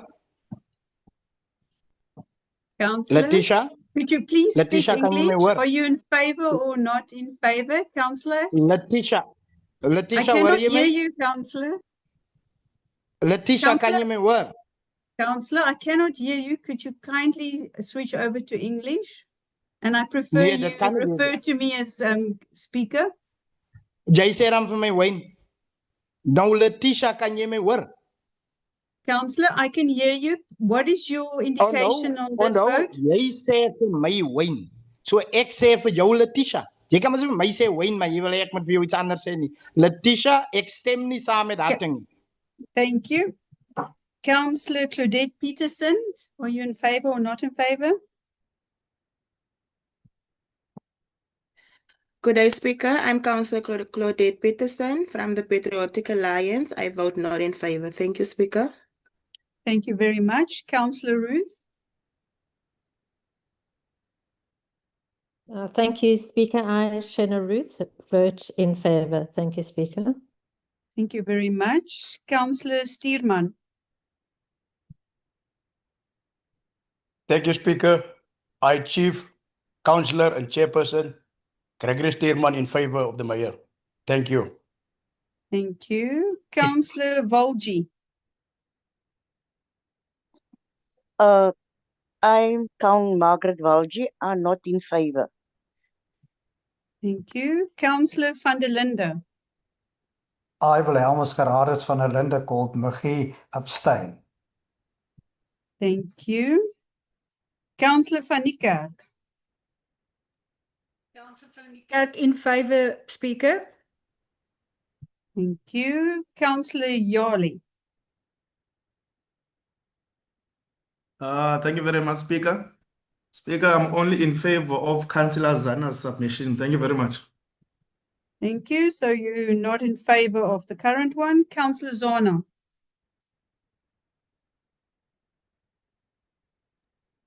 Mna Vuyani Zana andikho andilixhasi isiphakamiso sikaSodolophu. Ngosi. Councillor, I don't understand. Are you in favor or not in favor? Andisixhasi, Madam Speaker. Rule 38, could you please indicate yes or no?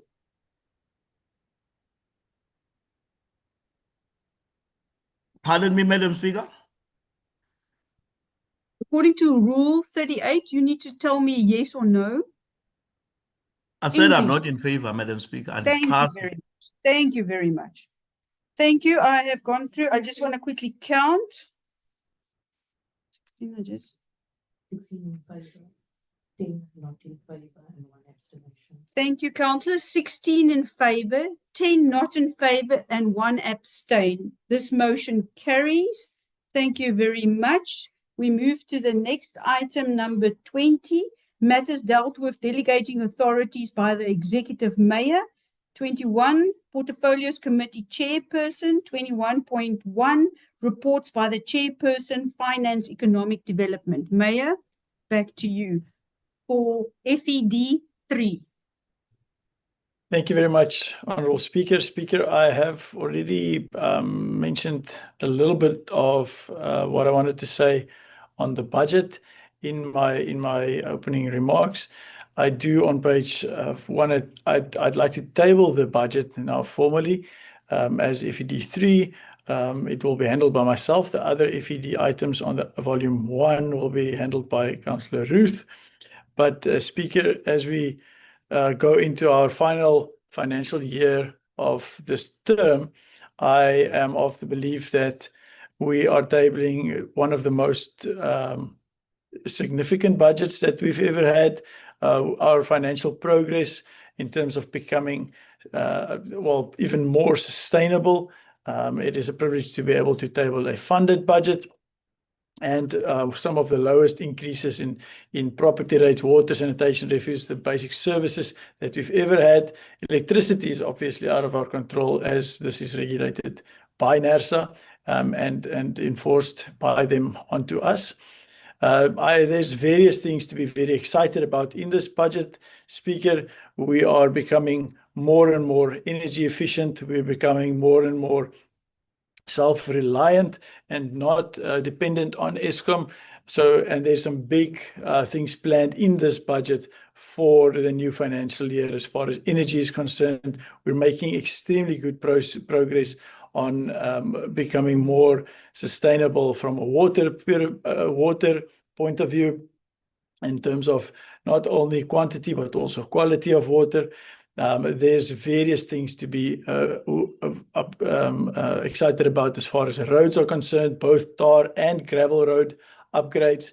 The things that we have set ourselves, the targets and priorities that we have set ourselves as far as our basic services is concerned, are all reflected in this budget. We have listened to every single community in our municipality. We had various ward engagements with ward committees, with residents. A huge amount of time was given for residents to give their inputs into this.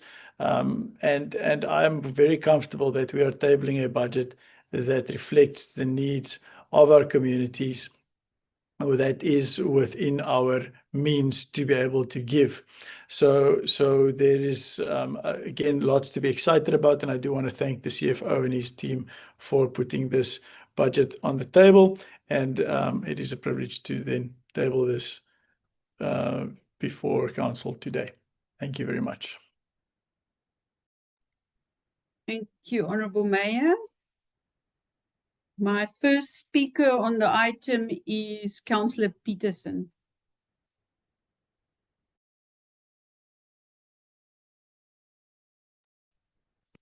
Baie dankie, Speaker Letitia.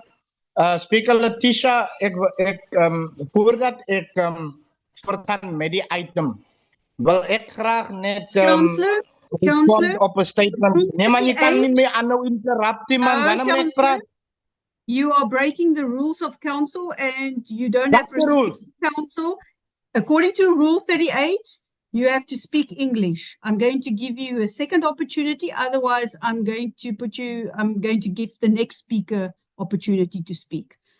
Councillor Peterson, you may continue. The only reason why I am switching to English is because I will be disadvantaging the poor communities if I am allowing you to mute me, because I know this is where you want to go, to where I'm muzzled, where I don't speak.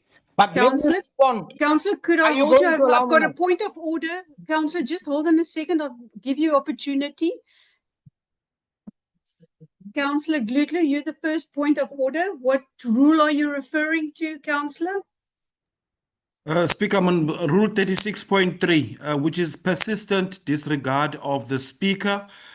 Speaker, I urge you to please exercise your maximum power that has been allowed to you in order to remove the said councillor for persistent disregard of your instructions and failure to respond when requested to. Thank you. Thank you, Councillor. I overrule you. I've already spoken to the councillor. I just want to see who was the next point of order before I give back to the councillor. Councillor Roof, your point of order. Speaker, thank you. I don't need to use it. It's in support of the previous point. Thank you very much. Councillor Peterson, you may continue.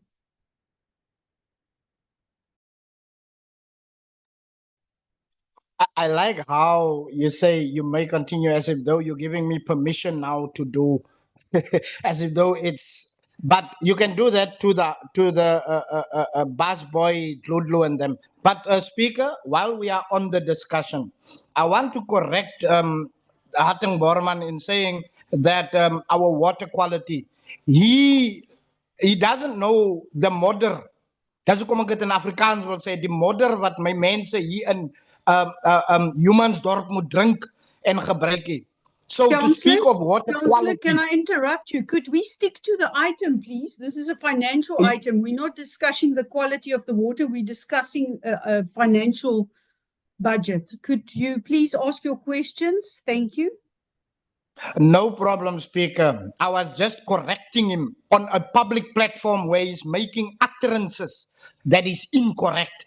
The modder we drink is unacceptable. But Speaker, back to the budgetary items. We've been fighting as the ANC, let's call it fighting, for the budget to no longer be skewed and applied in the white areas, what our comrades would call affluent areas. I say it as it is. It doesn't help calling it something else when it's white areas.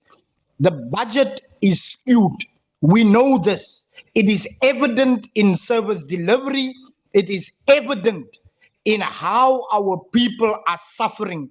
Hatting Borman and them, they are having this campaign where they speak of houses. Kouga municipality under the DA-led administration has never built a single house, nor have they ever planned a housing project here in Kouga, and it needs to be set straight. It doesn't help us as the opposition keeping quiet about these things when we know for a fact that they are using these things to confuse our people.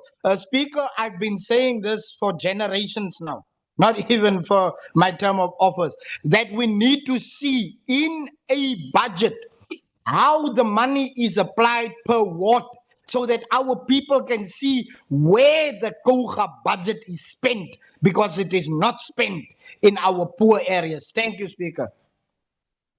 Thank you very much. Councillor Zahn, are you the next speaker on the item? Thank you, Madam Speaker.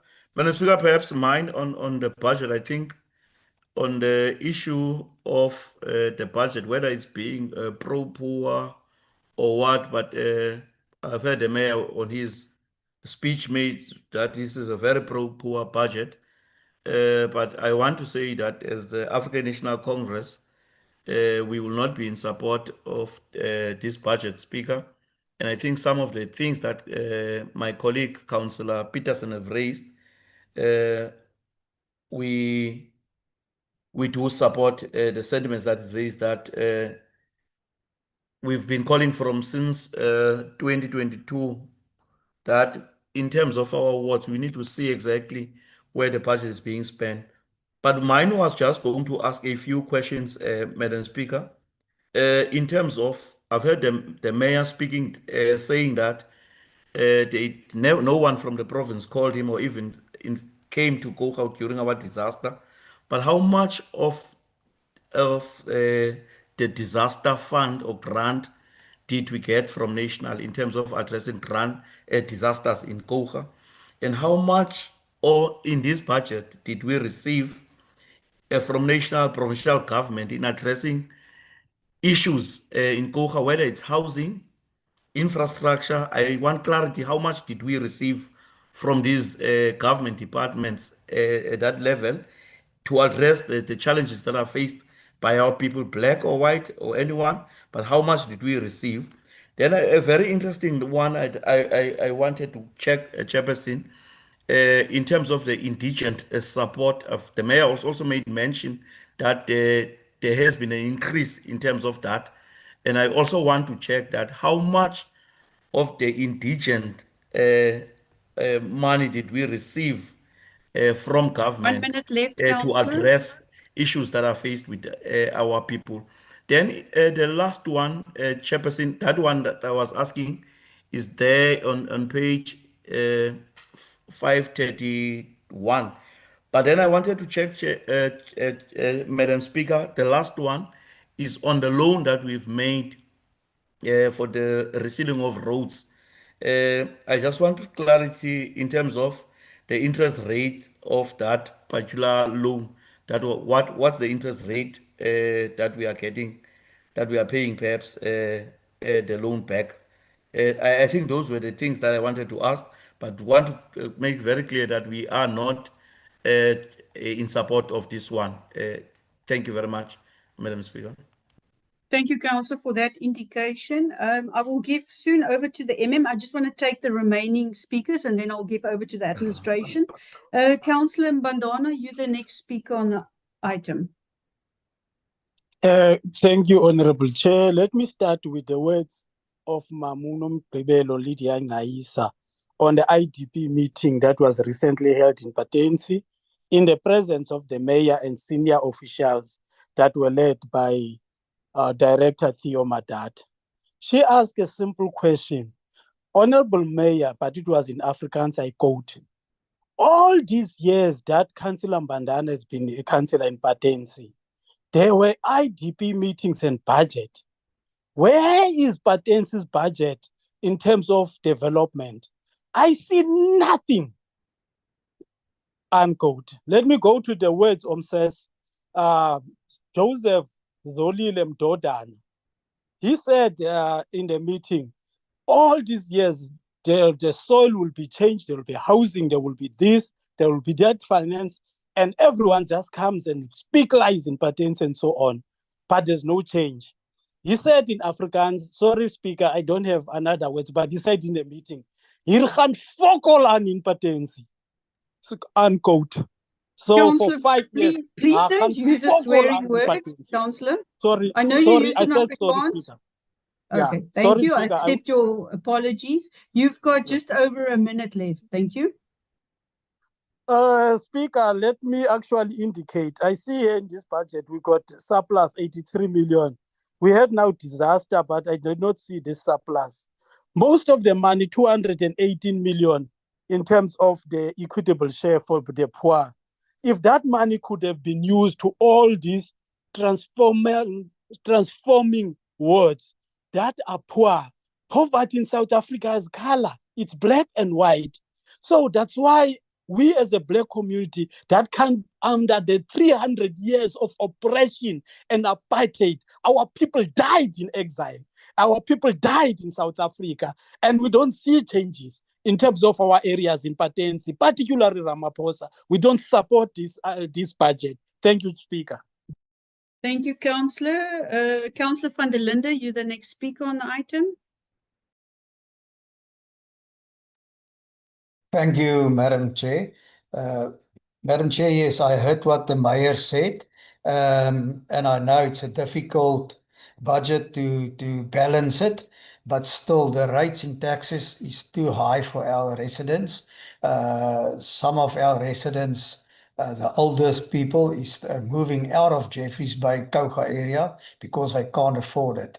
But Speaker, I wrote to your office a couple of times regarding the EMF fees. And I see on page 508, again, we budget for 5%, and for all this coming years, 5%, 5%. Speaker, for once and all, I want a clear answer, and I want it in writing. What is the rand value of that EMF funds, and what was it used for? I don't want, you wrote me back that letter, and you didn't answer the questions. I want to know, for what is this fund, and how much is in that fund, and what it was spent on, Madam Speaker. And then on page 520, capital budget overview. Why was the capital budget decreased by 75% comparison to the 25-26 adjustment budget? And then also on 545, what is the impact relying heavy, almost 85% on capital grants limited and not internal funding? So yes, I want answers from the CFO. Yes, he's not here, but maybe Neville can help us. What is the impact of that relying on 85% of grant money? Thank you, Madam Speaker. Thank you very much. We have a couple of questions. I don't know if you would like to start answering and give over to Neville Swartz. Over to you, Thank you, Speaker. I think the easiest will be giving it directly over to the CFO. I think he will be able to cover a lot of the questions. And if there's one or two questions that's left over, I'll handle them. Over to Thank CFO. you. CFO is unfortunately not available. I'm going to give over to Neville Swartz to answer some of the questions. Thank you.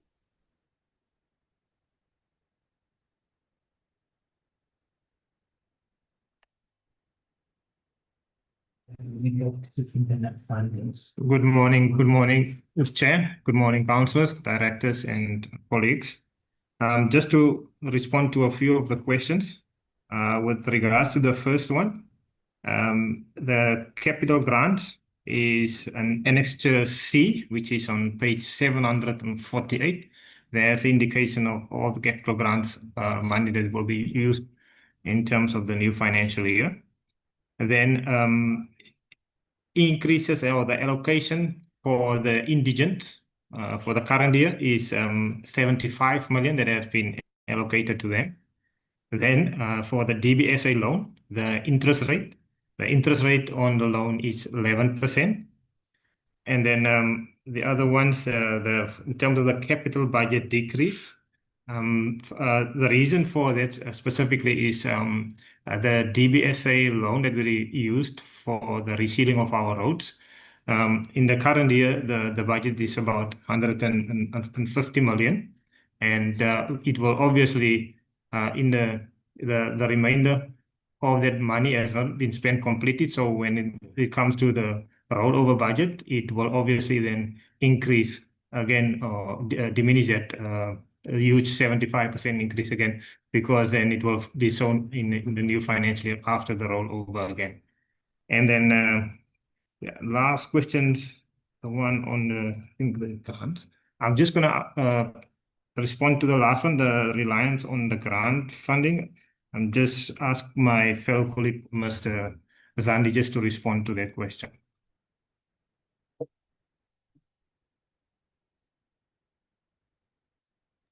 Thank you for that feedback. And for Councillor van der Linden, I'll also look at the emails, the comprehensive ones that were sent between the CFO and community service on the EMF fund. So I'll look at it and we'll write back in writing. Councillors, do I have clarity questions? Councillor Olifant, do you have a clarity question?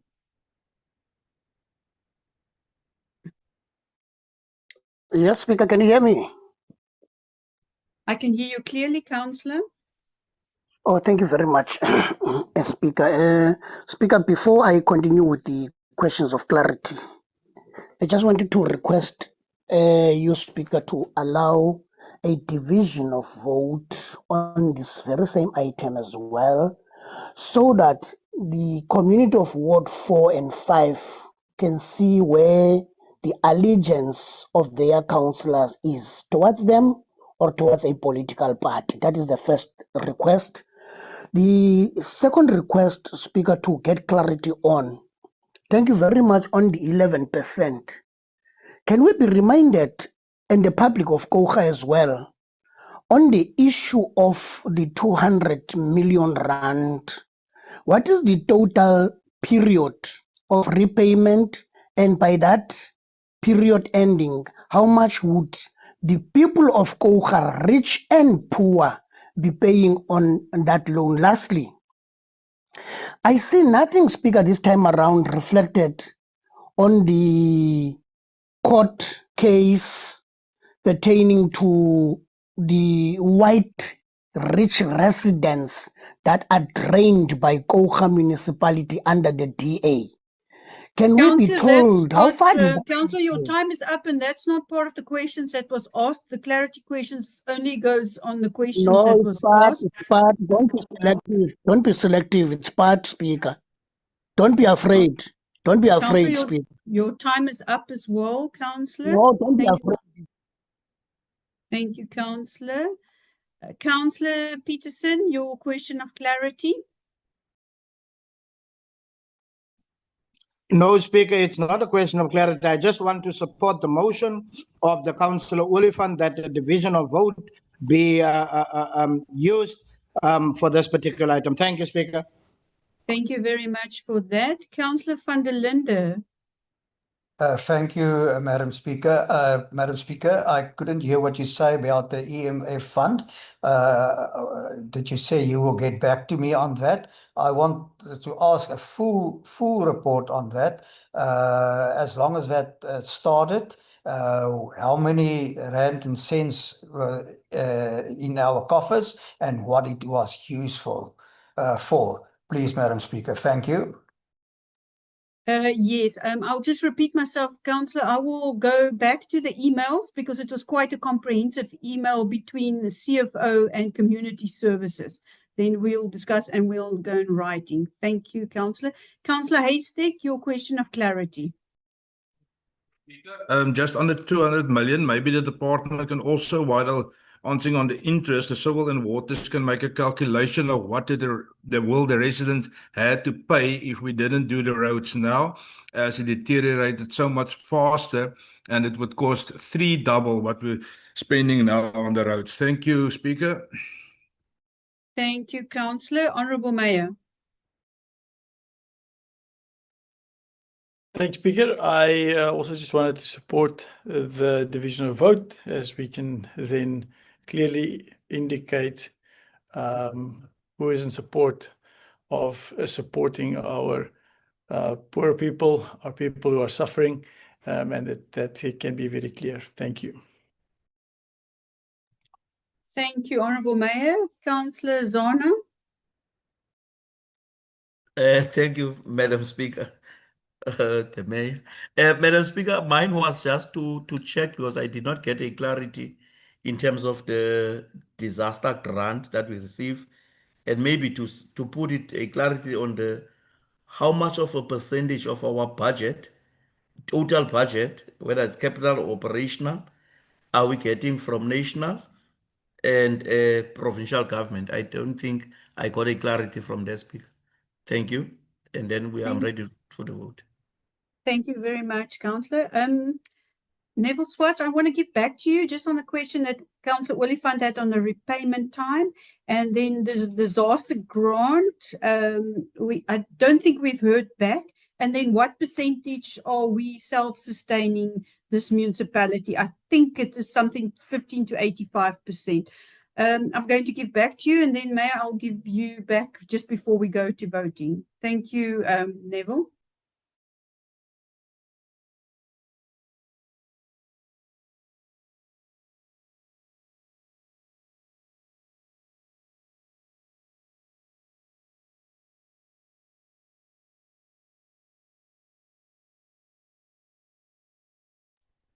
Mr. Swart, the floor is yours to give some clarity questions. Thank you. Thank you very much, Speaker. Speaker, just on the question in terms of the term of the loan. The term of the loan is 12 years. There has been a public participation process that has been followed. So most of the public is aware of the term with the interest rate as well. That was clearly stated during that public participation process.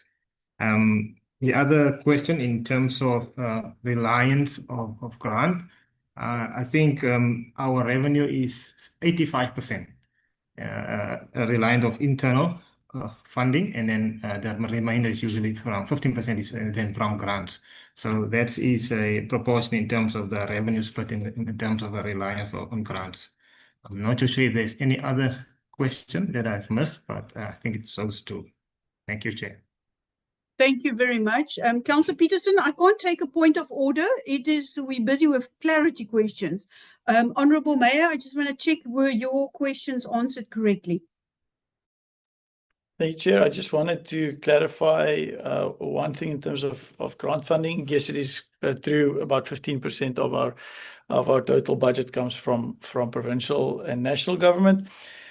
As far as the disaster grants are concerned, we received in writing a 28 million rand for drought disaster, because during the time of drought we applied, as with all disasters, we apply for funding, for disaster funding. We received a letter saying that we will get the 28 million. We've still to receive it in our bank account. It is now 2 months later. Now with the floods, the province is saying that it is not a drought anymore, so you can't get the funding anymore. While we didn't apply for drought, we applied for water security. So whether the dams are full or not, water security remains an issue. So now we are not getting anything for drought relief at this stage. They're reluctant to give that to us. We've applied for foot and mouth funding. We've applied for flood funding. We've applied for fire funding. All disasters that we could apply for, we have done so. And as far as I know, we have not received a cent. Thank you. Thank you very much. Councillor Peterson, I'm not going to give over. You've had your question of clarity. I'm going to give to Councillor Oliphant because he had a question that was just answered. I just want to hear if he's satisfied with the answer. Thank you, Councillor Oliphant.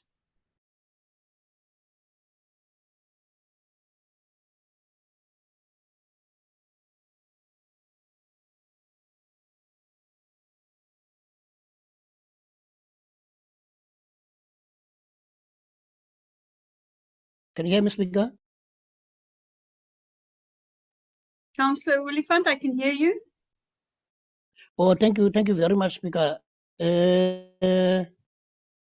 Speaker, the official, I am not happy with the response. He did not actually clarify, after the 12 years, how much would it be that we are paying back on the 200 million? Will it be, will it be 11% times whatever period? But out of his own, can he tell us 200 million after 12 years, how much will be the repayment be? And lastly, Speaker, I don't like the way our officials are responding. They respond more as politicians. Thank you, Councillor. Because For that, I refute, I have a point of order refute from public the Mayor. participation, Speaker. I refute public participation. There was never consultation with KwaNomzamo community on the 200 million. So he Thank must you, not sound as a Councillor. politician. Mr. Swartz, I don't know if you've got the number of it. It wasn't a previous council resolution, so maybe we can write to the councillor because I don't have it. And Honourable Mayor, I was just reminded that you have used your point of order, but I just want to give back to Mr. Swartz before we go to voting.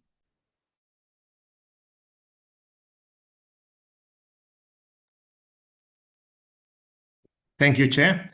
I do not have it off my head now, but I can maybe respond in writing if that's okay, Chair. Thank you. That will work. Then we can write everybody had the questions of clarity. I'm going to move to the voting and we're going to do it the same way as we did the IDP. So please, councillors, be ready for me. I'm going to start. Councillor Alexander, are you in favor with the new presented budget?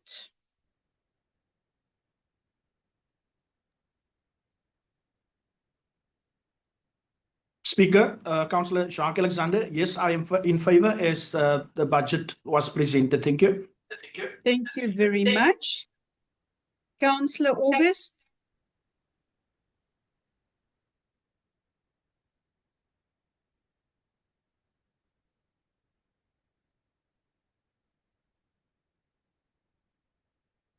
Councillor August.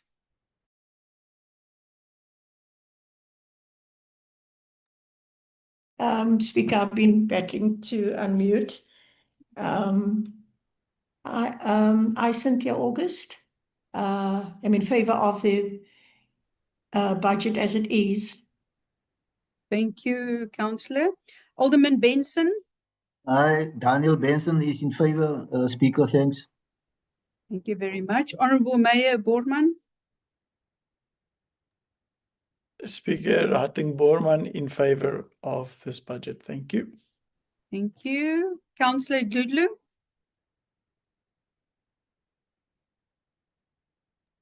Councillor Brian Lulu is in favor. Thank you. Thank you. Councillor Foley.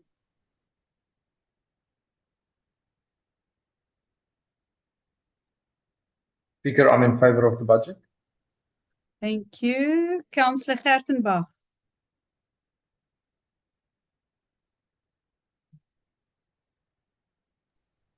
I'm in favor, Speaker. Thank you very much. Councillor Kanuza is not present. She's apologized. Councillor Hendricks.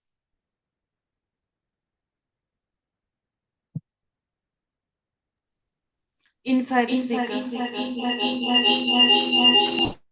Thank you, Councillor. Councillor Haystack.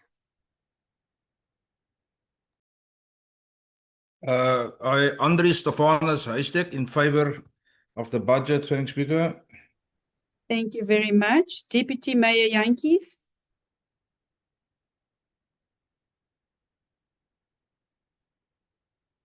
Thank you, Honourable Speaker. Timothy Jantjies in favor. Thank you very much. I, Lorraine Letitia Marie, is very much in favor for this budget. Councillor Mbandana.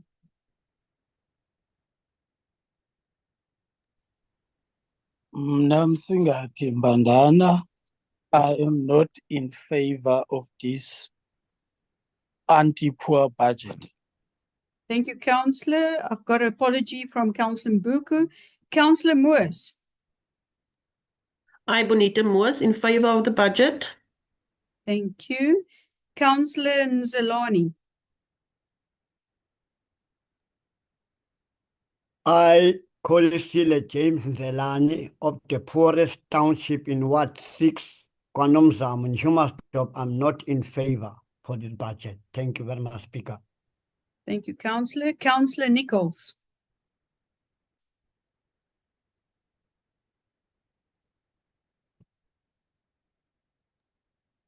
I, Councillor Nichols, in favor of the budget. Thank you very much, because there's a lot of projects that my ward will definitely, Ward 5, will benefit. Thank you, Speaker. Thank you. I have an apology from Councillor Kilishani. Councillor Ntengwane.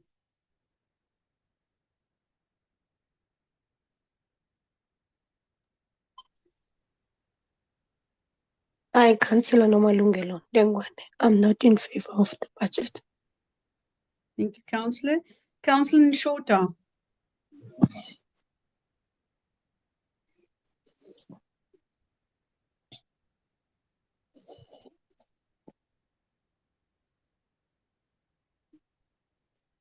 Councillor Nshota.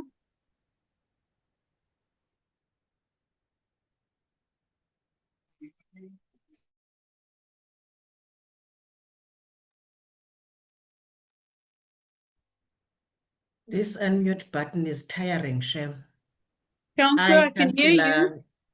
I, Councillor Nozuko, Princess Malwandle Ntrota, is not in favor of the budget. Thank you, Thank you. Speaker.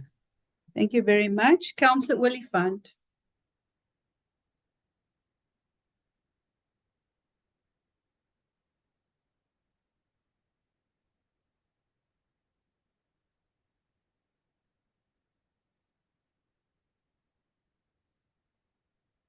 Councillor Willifant, Speaker. I can see you unmuted. Thank you. Can you hear me, Speaker? Yes, I can hear you. Unlike the councillor of Ward 5 and Ward 4, who are bragging that there is projects for them, it's a different case in our black wards, poor.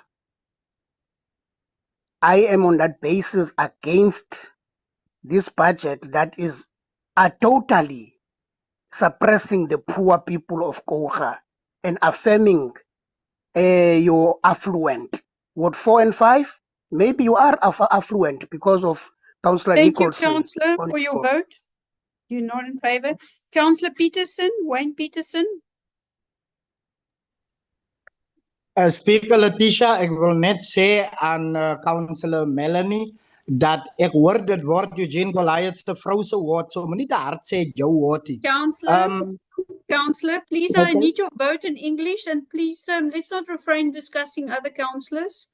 Thank you. No, I'm not discussing other councillors except for Councillor Melanie Biko. Ek hoor dit word Eugene Goliath se vrou se woord. Councillor, we're in a vote. Please indicate your vote. Can I vote? When you keep quiet, I can vote. Councillor. So can I vote now? Can I vote? Thank you. I'm expecting your vote, yes or no? I'm going to vote, but you keep interrupting me like the interrupting cow. So gee my kans laat ek vote. Speaker Letitia, I am not in favor of the budget for as long as the poor people. Thank you, Councillor. Councillor Claudette Peterson.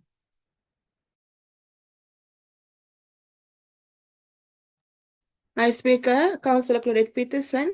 I'm not supporting this budget because not all of the people will benefit from this budget. Thank you so much. Thank you, Councillor. Councillor Ruth. Thank you, Speaker. I, Shana Roos, am in support of this budget that was gone through line by line by line in a very extensive process to make sure that everyone in Koga can benefit from this budget. I'm in favor. Thank you, Speaker. Thank you. Councillor Stearman. Thank you, Honourable Speaker. I, Gregory Stearman, are in favor of this budget. I'm in favor of real hope and real change, Speaker. Thank you. Thank you. Councillor Volji.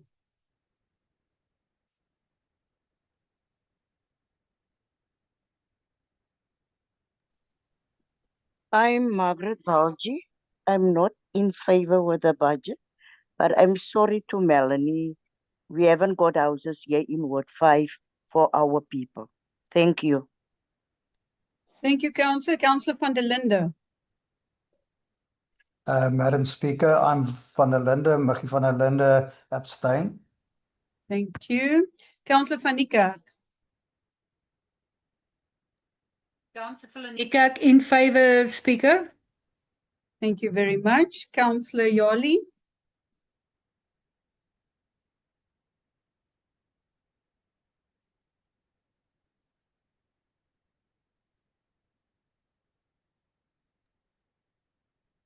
Speaker, can you hear me now? Yes, I can hear you. Thank you very much. I, Zwai Yali, I am not in favor. Thank you, Councillor. Councillor Zona.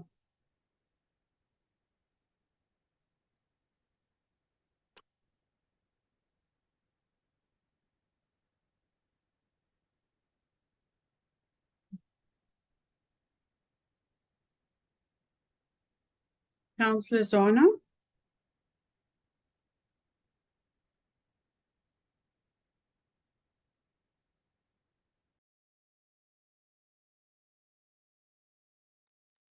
Thank you, Madam Speaker. I was waiting to be unmuted.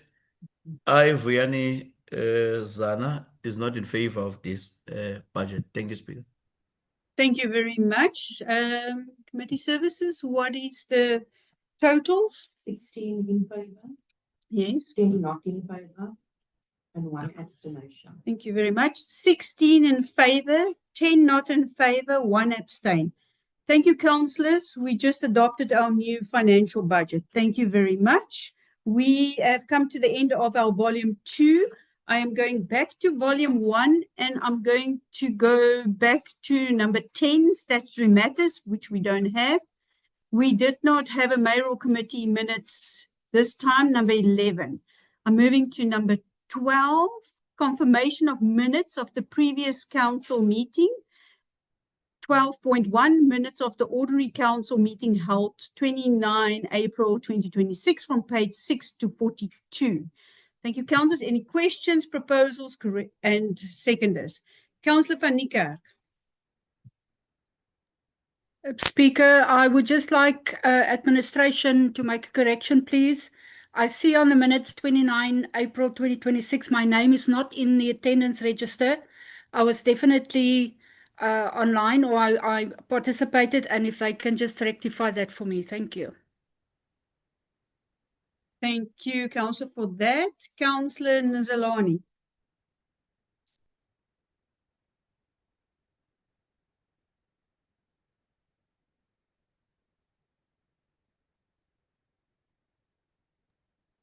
I am audible, Speaker. Yes, you are. Thank you very much, Speaker. We are suffering here this side about this gadget.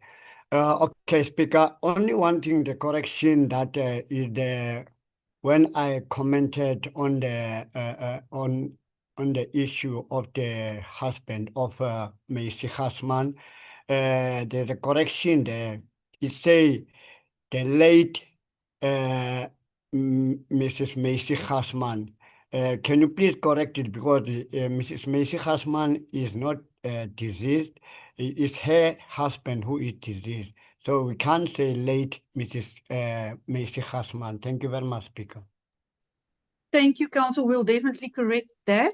I've got a note from administration. Councillor Gludlu.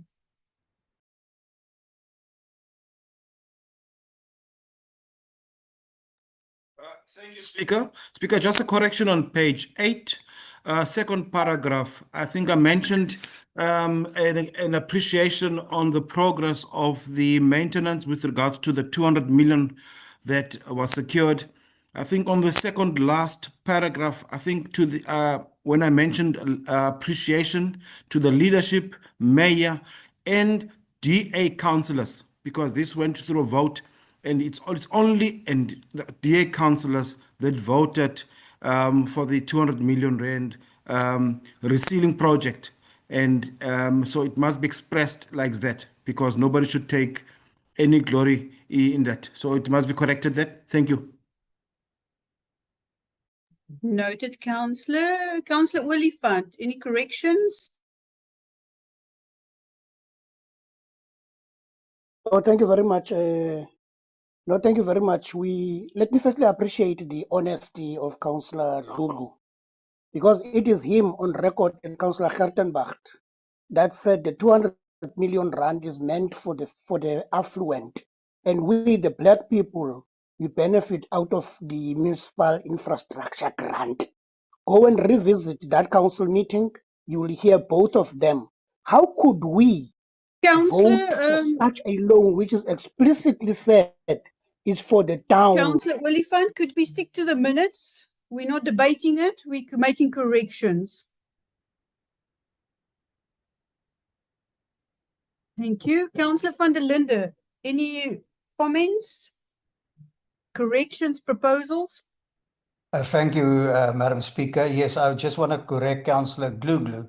He's quite not correct. The Freedom Front Plus did vote also for this change of the roads for the 200 million. It wasn't a DA on their own. So the Freedom Front Plus was part of that. And then, Madam Speaker, I want to ask you if you will excuse me for a half an hour or so. I must go to the doctors. They have an appointment with me. I'm not very well. So if you can excuse me for a while.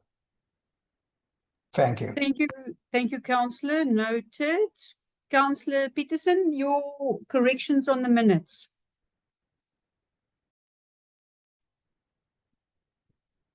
Speaker, am I audible?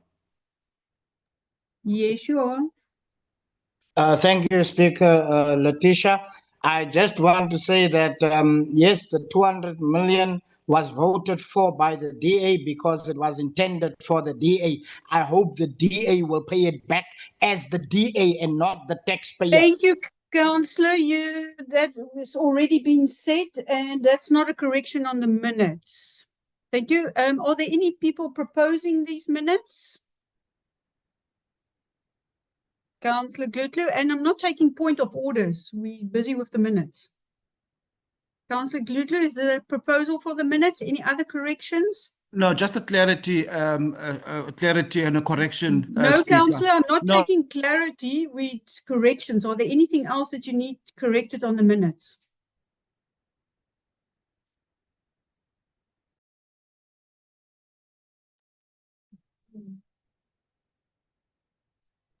thank you, Speaker. No, I just wanted to say that when I mentioned on page 8, Councillor van der Linde was in the meeting and he did not object when I mentioned that. So he cannot claim that he was in support when clearly he did not back up that statement when I mentioned that statement on page 8. So it must be corrected Councillor, as is. Councillor, you're diverting to a different council meeting where it was voted, the councillor was voting in favor of it. So I'm talking about the current minutes at hand here. Councillor Moores. Honourable Speaker, if there's no more points of clarity, I propose the minutes. Thank you very much. Anybody seconding these minutes with the amended corrections? Councillor Stearman. I second, Honourable Speaker. Thank you very much. Then we carry these minutes forward with the corrections. Moving over to 13, reports of committees of council. We don't have a latest Sarah Baartman district meeting. I believe they had one recently. I'm not going to take hands at the moment. I'm going to move on. We have already done the minutes. We didn't have a COGA audit committee. 13.3 rules and ethics committee. We haven't had a new one yet. 13.4 municipal public accounts committee. I'm going to give over to the impact chair to present this report for us. Councillor van die Kerk. Thank you, Speaker. I present item 13.4, impact 1, starting from page 44 to 47, and the item being the unauthorized expenditure for the 2024/2025 year audit report. Thank you, Speaker, and the recommendation is on page 446. Thank you very much. I have Councillor Mbandana as the first speaker.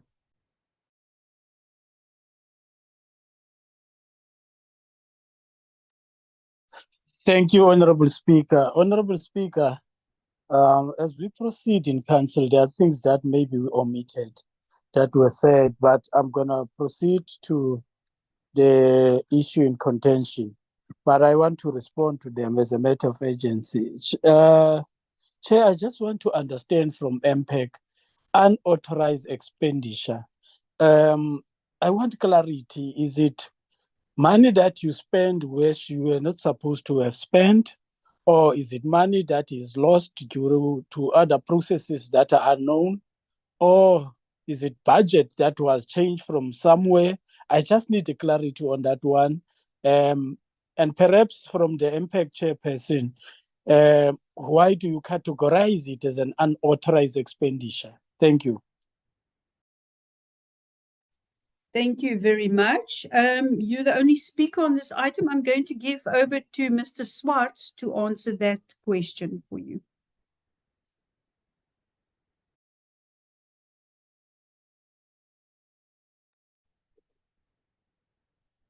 Thank you very much, Chair. With regards to the specific item, this item is a non-cash item. It was a requirement that is required in terms of our generally recognized accounting practice, which is GRAB, that we have to make provision for water losses that we've incurred and also for the impairment of our traffic fines. And the reason for the unauthorized is because we had to make provision for this and then there was no budgeted items for them. That's the reason why it was unauthorized, basically. I hope it's clear, Chair. Thank you. Thank you for that clarity. Councillor Peterson, do you have a clarity question on the question that was just answered? Speaker, Speaker, it is quite unfortunate, and I'm saying this with a lot of humility. It is quite unfortunate that when my hand is raised, you already assume what I want to ask. Earlier on, the item of Sarah Bartman District Municipality report came up, and I wanted to check. We as a council, we took a resolution last time that it can't be that we have councillors participate in council meetings of Sarah Bartman District Municipality. Councillor, but you're doesn't on the wrong item. I'm not going to this allow me further. to speak then. We are actually on impact. We're not on that item, so you don't have a question of clarity. Councillor Mbandana, what is your question of clarity? Honorable Speaker, thank you. I'm sure, Speaker, when we call it unauthorized, is in terms of the traffic department, it was just a response like, by the way. It's not clear, Chair, is it under collection of the fines or what's happening? I'm not getting any clarity. In terms of water losses, the one that was raised by the Auditor General in terms of our loss that we can't account for. Yes, I will understand because in checks we don't have meters. But this one of the traffic, what is happening there, Chair? Please, can the finance side clarify or community service? Thanks, Chair. Councillor, I will give back to Mr. Swartz again. Councillor Peterson, you're not a speaker on any of these items, so I'm not going to take your hand. I'm going to give back to Mr. Swartz to give a more clarity on the non-cash item. Thank you very much, Chair. Chair, based on GRAP compliance in terms of the GRAP recognized accounting practices, we're supposed to make provision for any, say, for instance, a traffic fine where we feel we will not be able to collect or the people won't be able to pay those fines. So hence, yeah, the provision is not really a cash item. It's just an estimate that you say, for instance, if you had 100 fines, based on that 100 fines, then you say, for instance, 20% of that fines you won't be collected. And then we have to make, in terms of GRAP, we have to make that type of disclosure. In this specific instance, for instance, if I can say we, for instance, make a disclosure of 10 rand, and then we were required then, because of the estimation that we made, that we have to increase it now with another 10% to make it 20%. But then we've obviously make it unauthorized because we've only budgeted for 10%. That I'm not sure if that's clear, much more clearer, Chair. Thank you. Thank you. Councillor van der Linde, you had a question of clarity on what was just mentioned by Mr. Swart. Madam Speaker, no, I just want to ask, did you grant me permission to leave the meeting to go to the doctor quickly? Yes, you may, Councillor. I've noted that. Thank you. Thank you, Speaker. Councillor Willifant, did you have a question of clarity on what Mr. Swartz just said to us on the question Councillor asked? Yes. Thank you very much, Speaker. Speaker, my question of clarity is, are we generating any revenue to the satisfaction of KOGA? Because I know we're acting on an agency basis for the province. Now, my question is twofold.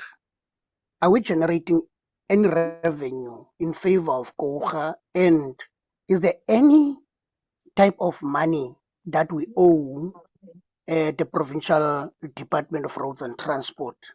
Lastly, depending on the answer, I don't want to prophesize. Don't you think we should request the province to take over that department? Because there's so many things happening there, you know?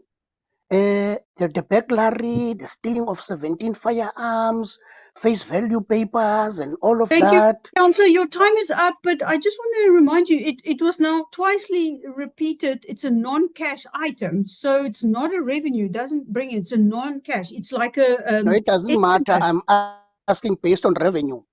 Yeah, It but doesn't matter. that was not the question that was discussed. It was asked the No, but I'm non-revenue. raising it as a question. Thank you, Councillor. Noted. Councillor Peterson, you had your question of clarity, so I'm not going to acknowledge you. If you have any more questions of clarity, you can put it in writing to me. Thank you. Are there any objections on this item?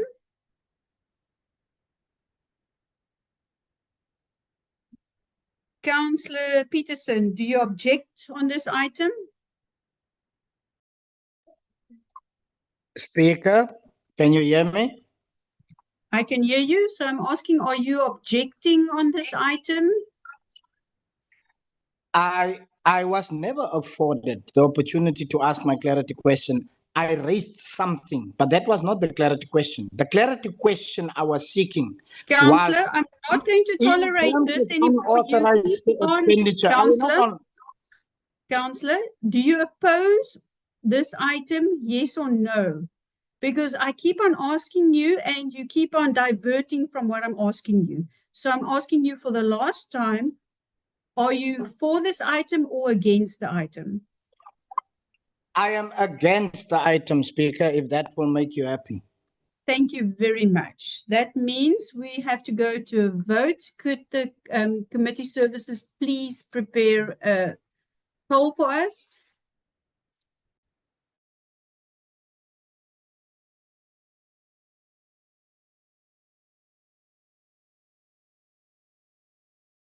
Councillors, please vote.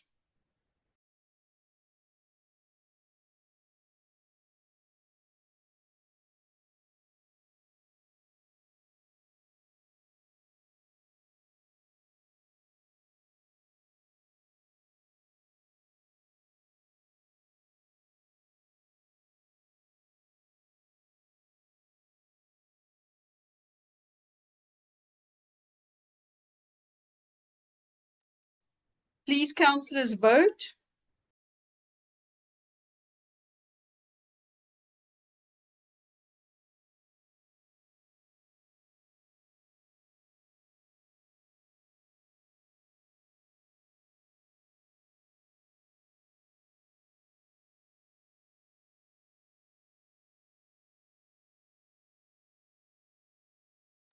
Thank you, councillors. We're going to close the poll in 5 seconds.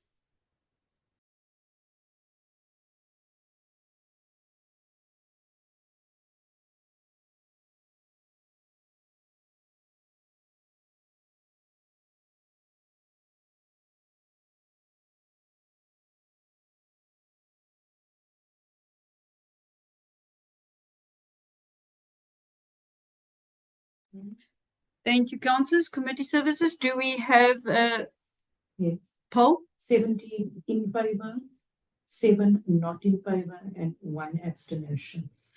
Thank you. 17 in favor, 7 not in favor, and 1 abstain. Thank you. This motion carries. I'm moving towards 14. Councillors, I see your hands, but I really urge you guys to go and read the standing rules and order. I'm not going to acknowledge you. I'm going to go ahead with the agenda. We don't have any reports back from Minimec, and I don't have any speakers on it. Number 15, reports by the Office of the Municipal Manager, MM1. Back to you for MM1.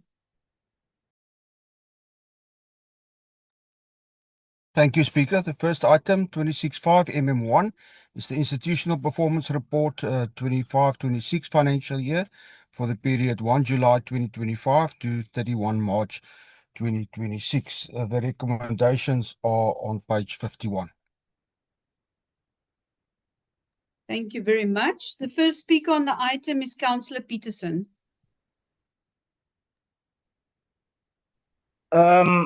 Speaker Letitia, can you hear me? Councillor, I can hear you clearly. You may proceed.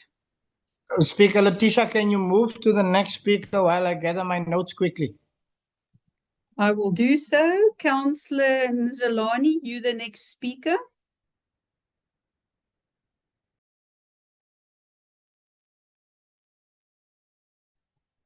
Councillor very much. Little, I'm not going to take your point of order because nothing has been said yet. So there's actually no point of order at this stage. So I'm not going to acknowledge you. Councillor Mzalani, the floor is yours. Thank you very much, Speaker. Speaker, Councillor Zulu, yaphazamisa man. Thank you very much, Speaker. I want to say on this item, My concern and my question is why will be the service delivery budget implementation performance for people who not doing their work properly? Because I always cry about the disaster that happens here in our wards, especially our black community township. The water is running in the people's house, and even here where I'm staying, there's no. Sometimes we don't receive water, and I must always cry to the call center. There's no water, and now there's from the directors they know, and from the directors and the managers, the roads are very bad. And there's a lot of things that's not happening here in our black communities, especially in Ward 6. And that's why I always say Ward 6 is the poorest township in the whole Koga. So I don't know why you can support and give the permanent service delivery, something like that. So in other words, I'm not supporting this item. Thank you very much, Speaker. Thank you very much. Next speaker on the item is Councillor Bandano.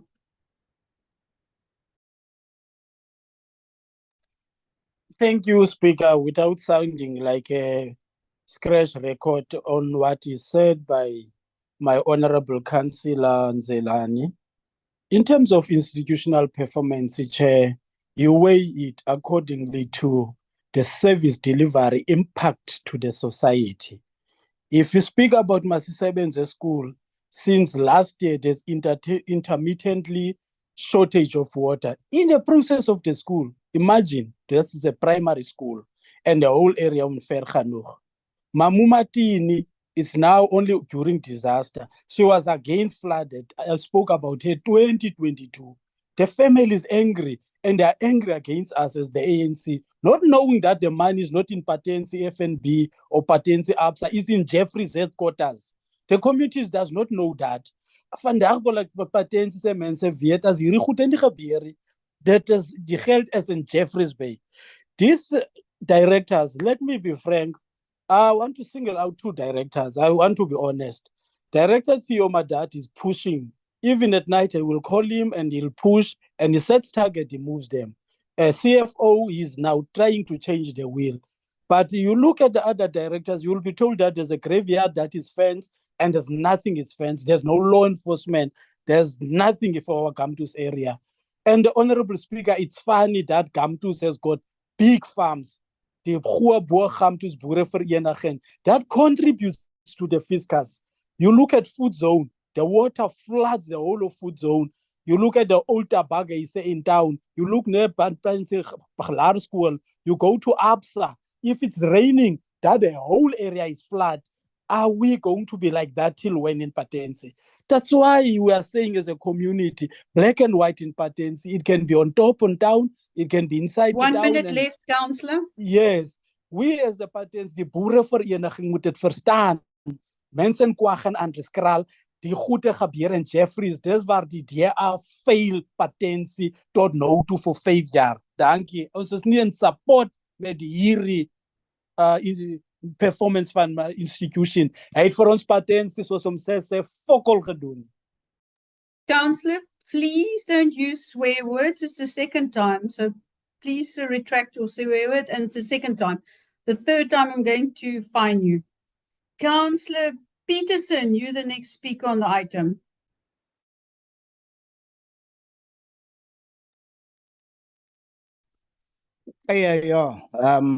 Speaker. Allow me to start. Remember, because if I were to speak in other language that's not English, it seems like we've been colonized by the British, and that's why you are pushing for English. Because all the years that this Councillor, can you please speak to the item? I'm on the item. I can speak. It's a debate. Do you get this? Do you get this? Do you understand this? Councillor, if you read the rules, you have to speak to the item at hand. Thank you. It's a debate, Speaker. You can't tell me how to debate. Have you been in any debate groups in school? But let me continue in saying, Speaker, you should not always agree with what I say, but you should afford me the opportunity to say what I need to say in the way I'm saying it, because I speak for people that's not you. Now, when it comes to the institutional performance, we know the institution is dismally failing in performing in other areas that is not St. Francis Bay and Jeffreys Bay. I will commend you as the institution, the administration. I will commend you in the performance that you've been giving to the white areas, because you have been performing in those white areas, but exclusively St. Francis Bay 1 and minute, Jeffreys 30 Bay, and seconds, then Councillor. even specific. Can you not interrupt me, because now you're taking off my time? Specifically certain areas also in those two townships, let's call it townships. But Speaker, we've been complaining, hearing complaints about Martin Borman about provincial government. My questions are, in terms of the institution, that's a government institution, what are we doing other than complaining about governmental support when we are government? Felix Street had a march on institutional issues that could have been dealt with by the administration, because taking a grader and grading the road in Felix Street is for the benefit of the people of Kreisfontein. Don't send them to provincial government, because when we go to the Gama and St. Francis Street, 30 it is being seconds, worked on Councillor. by this institution. It is being worked on by this institution with this institutional budget. Yet you are sending my people to government when it has to deal with issues of their concern. Stop being racist in the application of this budget. Thank you, Speaker. Thank you, Councillor. This is the last of my speakers, and there were not actually questions for the administration, and this report is only for noting. So I'm going to give back to the MM for MM2. Thank you, MM. Back to you.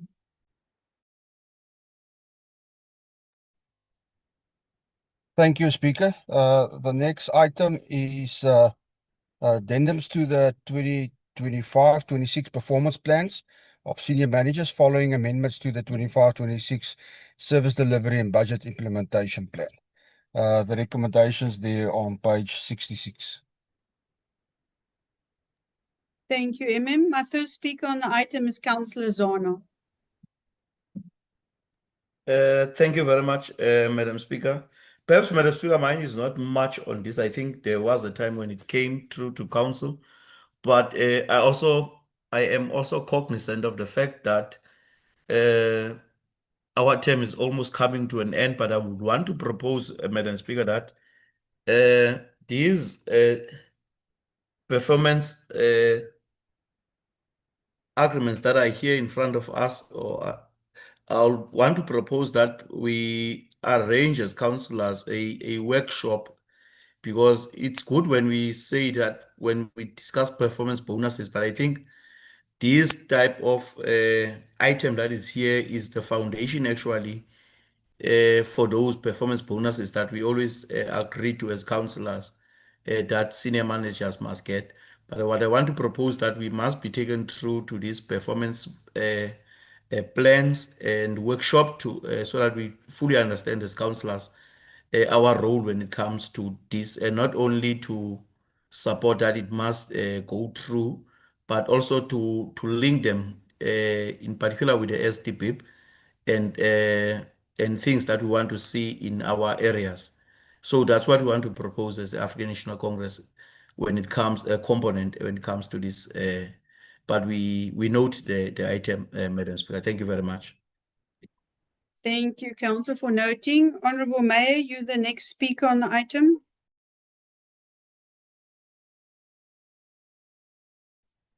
Thank you very much, Speaker.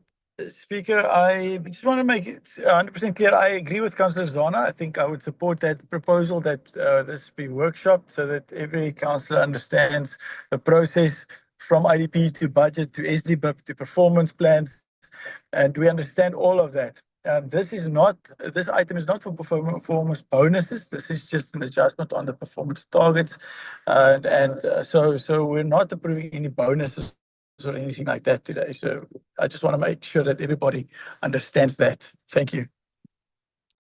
Thank you, Honourable Mayor. This item is for noting, but we can ask administration to suggest that we workshop this with the councillors. So we do note that.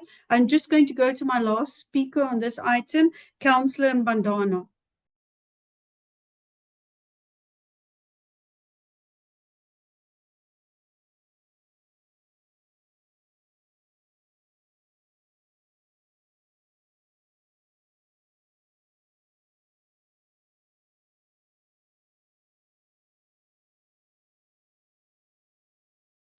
Thank you, Honorable Speaker. Honorable Speaker, I'm sure the previous speakers did explore this aspect in terms of the workshop. I'm sure the senior managerial aspects need to be assessed with the Systems Act, considering all the elements that are required in the Systems Act. As the ANC will ventilate in that particular workshop as soon as it is called. However, Councillor Zana took a nice rider when he said, this is the last term. For sure, we are going to go blow by blow and campaigning as parties in the community. Maybe the new administration will not be the DA, it will be another one. Then it will change. Thank you.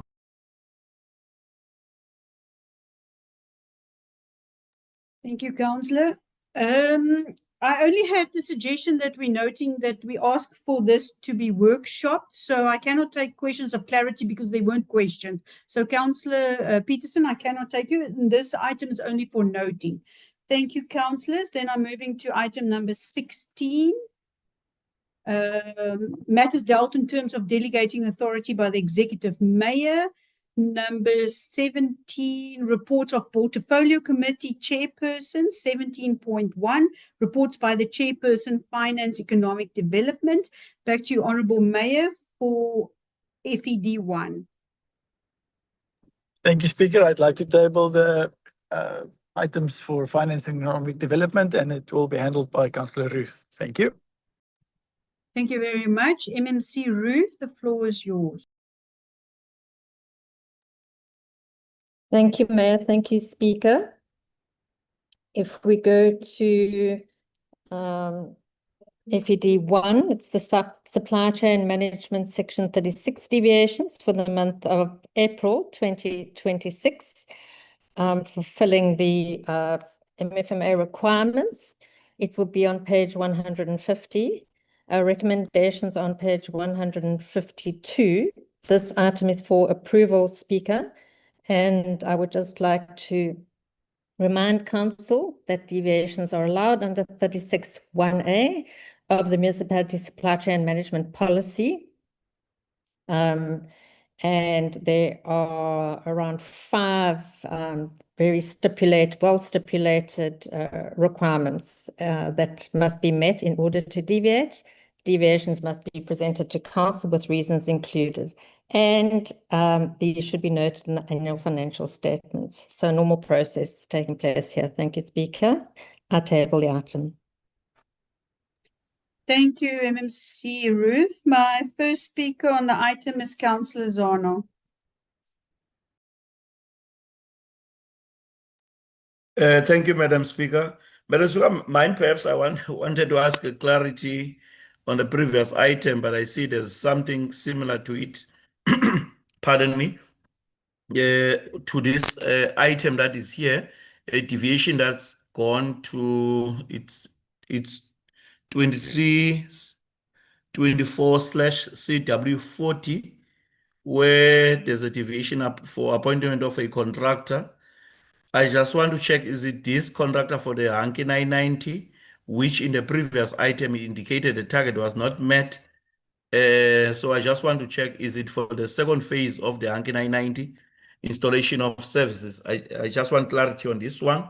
Then going straight down, Madam Speaker, to the last point I wanted to talk to, it's a clarity perhaps to the legal person in terms of DMM1,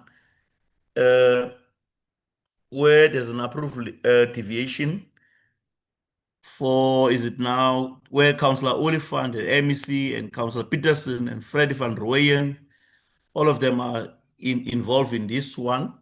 Is it the very same case, or why are they all included in one deviation? Is the same service provider used for all of these cases? And my second one, will it not be a fruitless and wasteful expenditure?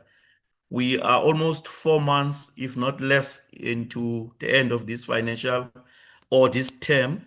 What then happens if both councillors are not coming back? What will then transpire in terms of this case? Will it not be then a waste for the municipality to pursue it even today, while we still don't have any further detail in terms of the case? Or will it also be that it will be in abeyance, and then we'll have lost a lot of money in this case? So, and why is Mr. Freddie van Rooyen also included in this one? Thank you. Those are the only things I wanted to ask, Madam Speaker. Thank you, Councillor. I'm going to take all the questions and then I'll give over to the administration. Councillor Mbandana, you the next speaker on the item. Thank you, Honorable Speaker. Honorable Speaker, I'm sure my colleague dealt with the issue of the deviation in relation to RADCO. I'm not sure, Chair, what is the basis of this deviation, Chair, because it's a company that was actually working in Hanki, appointed for the 990. Whilst we still know in Patensi, RADCO had plus minus 56 toilets that are not connected, that were left behind. So what golden handshake is this for them of close to R1 million? Then I want just clarity on that one. CW Malan, on the issue of CW Freddie van Rooyen. I'm sure, Chair, the view was that CW Malan had withdrawn from Freddie van Rooyen's case. There was a new attorney appointed. I just want to check what is happening on that one. And on this one of Peterson against the MEC, government visa government. Yes, it's correct what Councillor Zana is raising. What is the purpose of intent when you know that we are going to the last mile of our current executive under the DA leadership? What happens tomorrow if there's a coalition of other parties and the DA is out? It's correct what Councillor Zana is asking. Would we have not exhausted money that could have been used for potholes in Patensi, graveyard fencing, and so on? Thank you very much. Thank you, Councillor. I know Councillor van der Linde is on his way to the doctor, but I still see he's in the meeting. He's a speaker on this item, so I would like to hear if he would like to use this opportunity.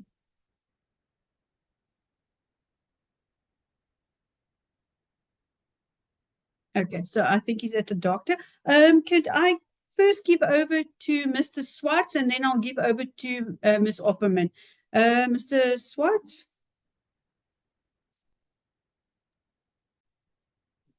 Thank you, Chair. With regards to the question of RADCO, the deviation is based on a previous approval that was done. So it's not a new deviation as such.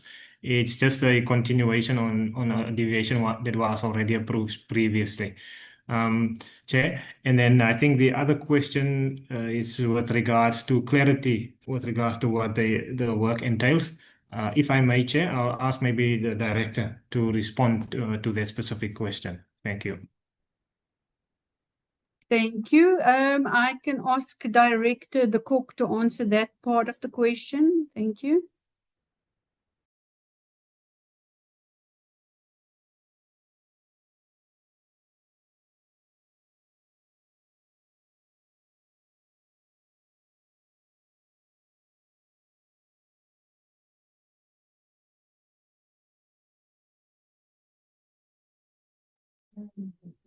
Director De Kock, there was just something diverted on a deviation to your office. Thank you, Speaker. I was trying to unmute myself. So There's two aspects. Councillor Zana requesting clarity as to the deviation. Indeed, as what Neville indicated, this is a deviation stemming back some time. So this 663,000 Rand is a settled agreement that was reached with Roodkor, and the payment thereof is from an existing deviation. So it's not a new deviation, it's a settled agreement, and that is the amount reflecting. Then Councillor Mbandana requested clarity with regards to whether this refers to the previous item and which phase in Henki. So this current deviation is dealing with phase 2, and then the institutional performance item was dealing with phase 3. So it's two different phases. I trust that clarifies. Thank you, Speaker. Thank you very much. And then I'm going to give to Ms. Opperman just for the Xavier Malan. Thank you. Thank you, Speaker. Just to clarify in terms of the deviation for CW Malan, the matters listed under the deviation are just the deviation description. So the account there is only for Van der Westhuizen matter. As we, per the legal reporting, the Van der Westhuizen matter has been transferred to a different attorney, but it remains at supply chain. It remains under the description still of the initial deviation requested in 24-25 financial year. The deviation, because it's ongoing on the matters, it had to be reconfirmed in the current financial year, 25-26 financial year. But the description with supply chain remains the same. But in terms of the expenditure specified in the report, that relates only to Van der Westhuizen matter. Thank you, Speaker. Thank you for that clarity. Councillor Peterson, what is your question of clarity on the questions that was just answered?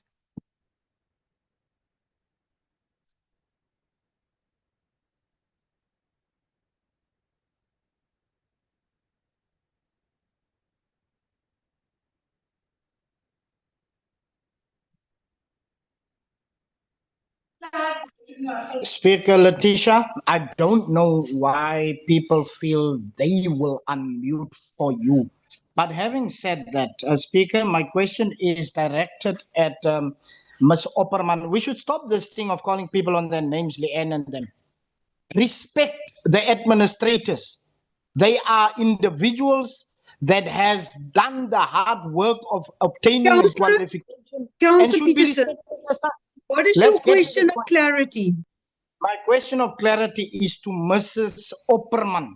I told Charles du Plessis when he took the MEC of Kokta, MEC Williams, to court, hoping that I will be removed from council, that it will only amount to fruitless expenditure. Councillor, you're not talking to the item and the questions that was answered. She was talking about CW Malan. She's not talking about a different item. I'm just giving some muscle to the bone so that we understand what we're speaking of, because I want clarity from Mrs. Opperman.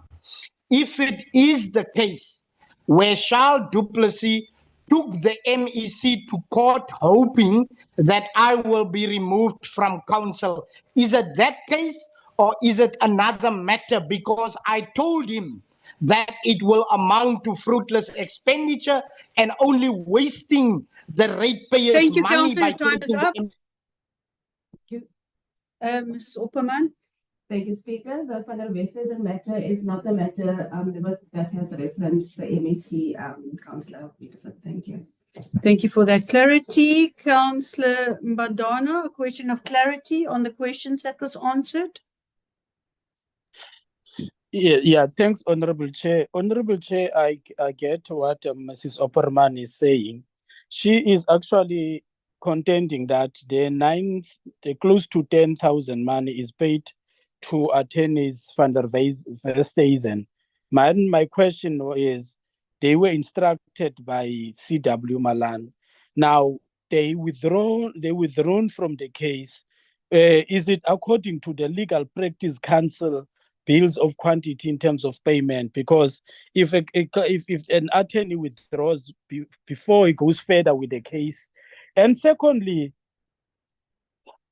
didn't the municipality get an opinion from Van der Westhuizen? Because that is a very sharp firm.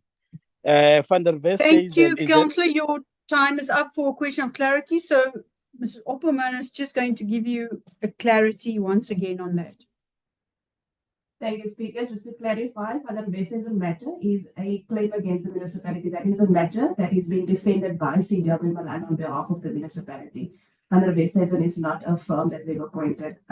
Thank you, Speaker. Thank you for that clarity. Councillor Zono.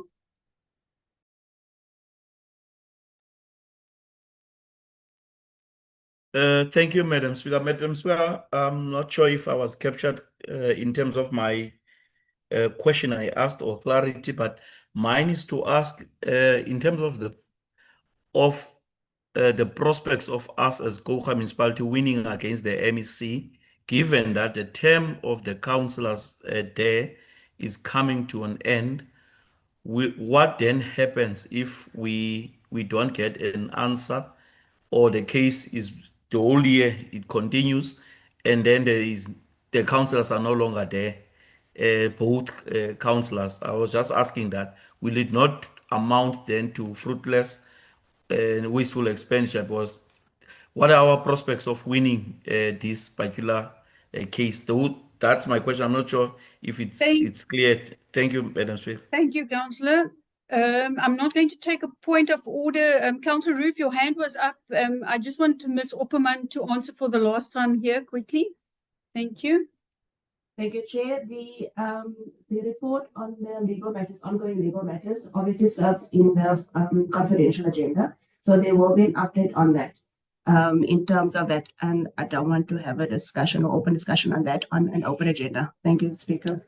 Thank you. If there's any other questions, you guys are welcome to write to the Speaker's desk and we'll get you more answers.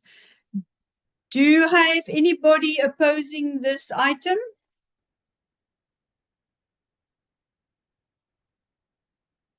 I don't see anybody opposing. Councillor Peterson, do you oppose this item? When it comes to wasting the taxpayers' money, whether they're white or black, they pay. When you want to waste their money, I must oppose. And I'm opposing this item because you wasted money. Thank you, Councillor. You oppose this item, so it means we will have to go to a vote. Could the committee services please prepare a poll for us? We have to vote on this item.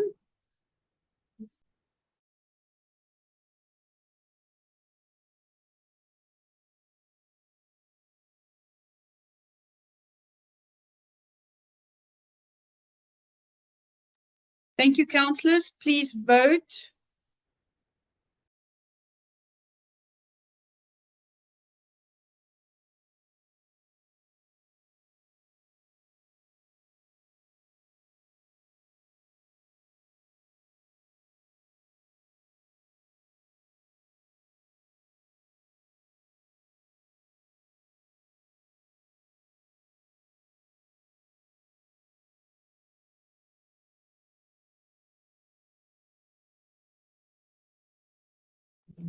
Thank you, councillors. We'll give 5 more seconds, then we're going to close the voting poll.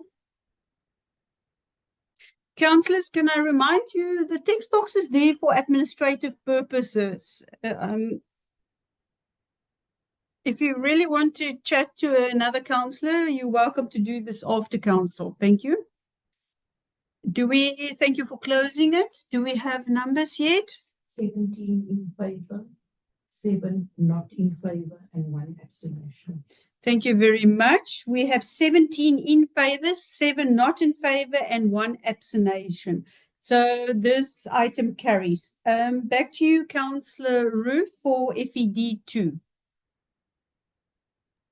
Thank you, Speaker. FED 2, I'm just getting my page, is on page 156.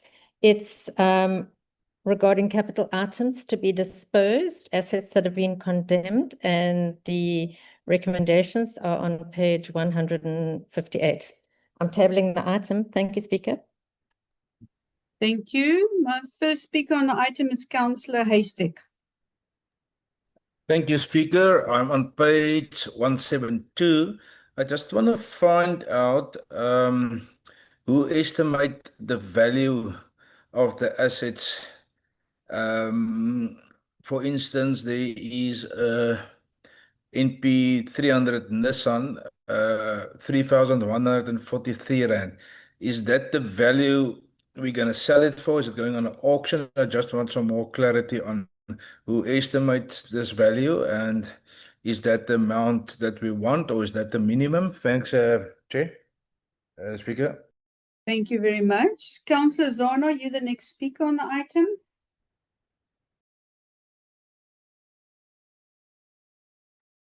Thank you, Madam Speaker. I think I'm covered by Councillor, is it now Haystack, who just spoke. Equally wanted to ask Madam Speaker, because I see that there are some laptops that don't have an value or an estimation of how much it will cost, and it's throughout the item itself that there are no values obtained. So I just wanted clarity around that. And I think also, Madam Speaker, I don't know, in the past we have made a proposal as the African National Congress component to say that to items perhaps, because you see some of like the printers, the value is quite low, and we are not in a business of making money as an institution, but perhaps to donate some of the items that the value is so low, but they are still in working condition, to NPOs that are in much need of computers and printers, etc. Maybe they can just fix ABC and C on them, and the printers will be working, especially for those that the value is quite low and still in a working condition. So I just want to check if that is still possible with these that are here in front of us, capital items. Thank you, Madam Speaker. Thank you, Councillor. Yes, 10.3 does make provision for auction or donations. So it is there. I'm going to give to Mr. Swart just on the other question that Councillor Haystack asked. Thank you very much, Chair. Just on clarification on the values. The values here is a carrying values of those assets on the asset register. When we initially capture any asset on the register, we capture it at the cost, the purchase price, and then as years goes by, the asset loses value, and then at the end of the day, this is a carrying value. So after it has lost value over the years or it's been utilized, this is a carrying value that is actually stated here on the report. And then with regards to the second question, as the speaker alluded, we do donate also some of these items through to MPOs as well. And it's the process that we usually follow is if letters is directed to our office of the MM, then from there we deal with the donations. Thank you very much. Thank you for that clarity. Do I have any objections on this item?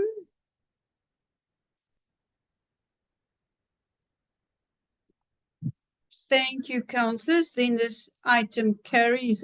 Councillor Peterson, do you have an objection on this item?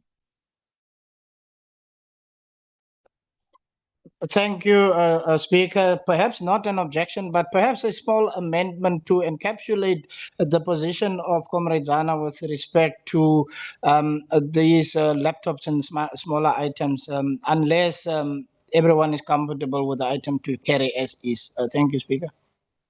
Thank you, Councillor Peterson. I think it was named because it's already in the item 10.3 donations, and Councillor Zana indicated for donations, so it's already worked into the item. Am I correct, Councillor Zana?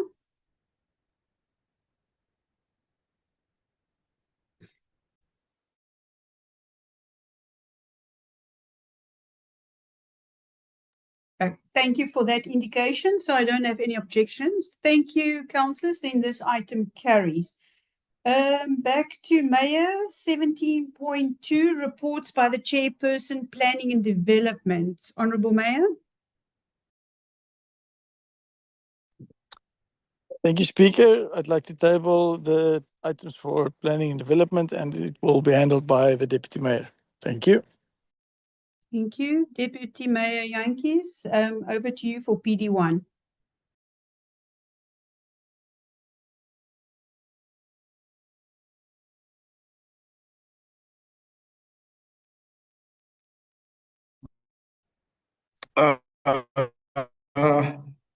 We have two reports.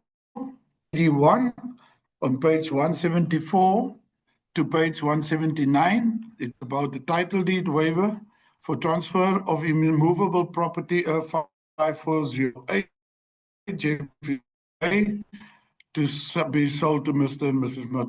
Matodlane. This is a decision that has been made previously in council, and we need to give authorization to the municipal manager to engage on this item with the people that we are intending to sell, because there's a clause in the previous agreement that actually prohibits the sale to go through.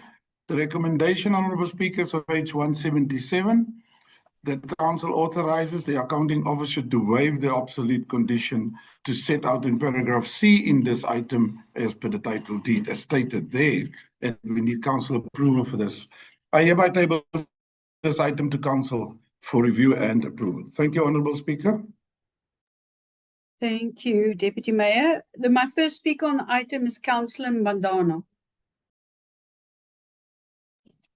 Thank you, Honorable Chair. Honorable Chair, I hope this department of my Honorable Councillor can actually change the gear as we as the ANC in support of this item. Honorable Chair of the Portfolio Committee, there is a mismatch on the RDP houses in terms of patents. You can maybe get them in Hanki or Luri, Tonil, where people are in exchanged houses and so on. And even when they apply for EQS, it's a very serious challenge. So as we are doing this support for Matodlane, I'm urging you in your first meeting when you sit with the director, check all these challenges that we are encountering. In patents, they do have a list. It's 4 years that list has been jamming and we're moving nowhere. However, as the ANC was saying, we're in support of this item.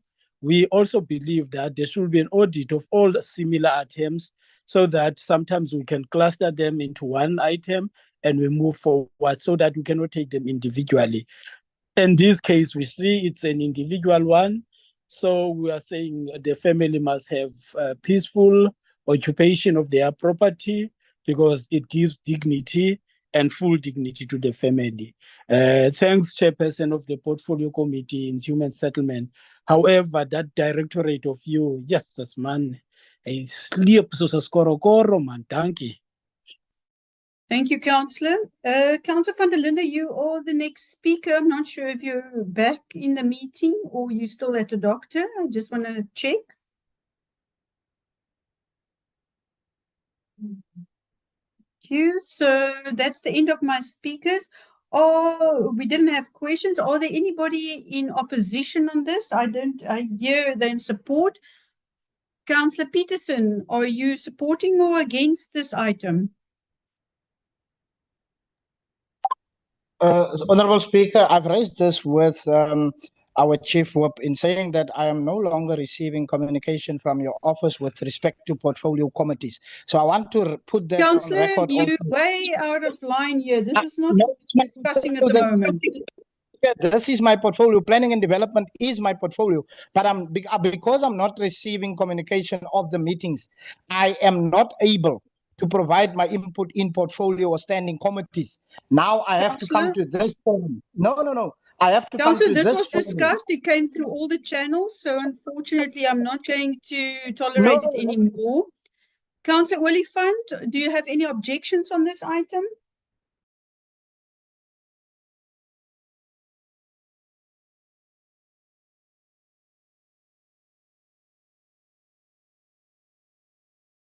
Speaker, can you hear me? I can hear you clearly, Councillor. Thank you very much, Speaker. Speaker, let us appreciate and even the support by the ANC component, but it's just a humble request, Speaker, to the Portfolio Councillor. In the next sitting of Council, can he please come with a plan from his director for the prioritization of Geelhout, as well as this other farm, which is a white elephant bought by the money of the taxpayers in Koga, so that people who are in squalor conditions can be actually prioritized to move in Geelhout and this other farm. It's a request, Speaker. I know it's not part Thank of you, the item, Councillor. it's a request. I'll note that. Thank you, Councillor. Councillor Zono.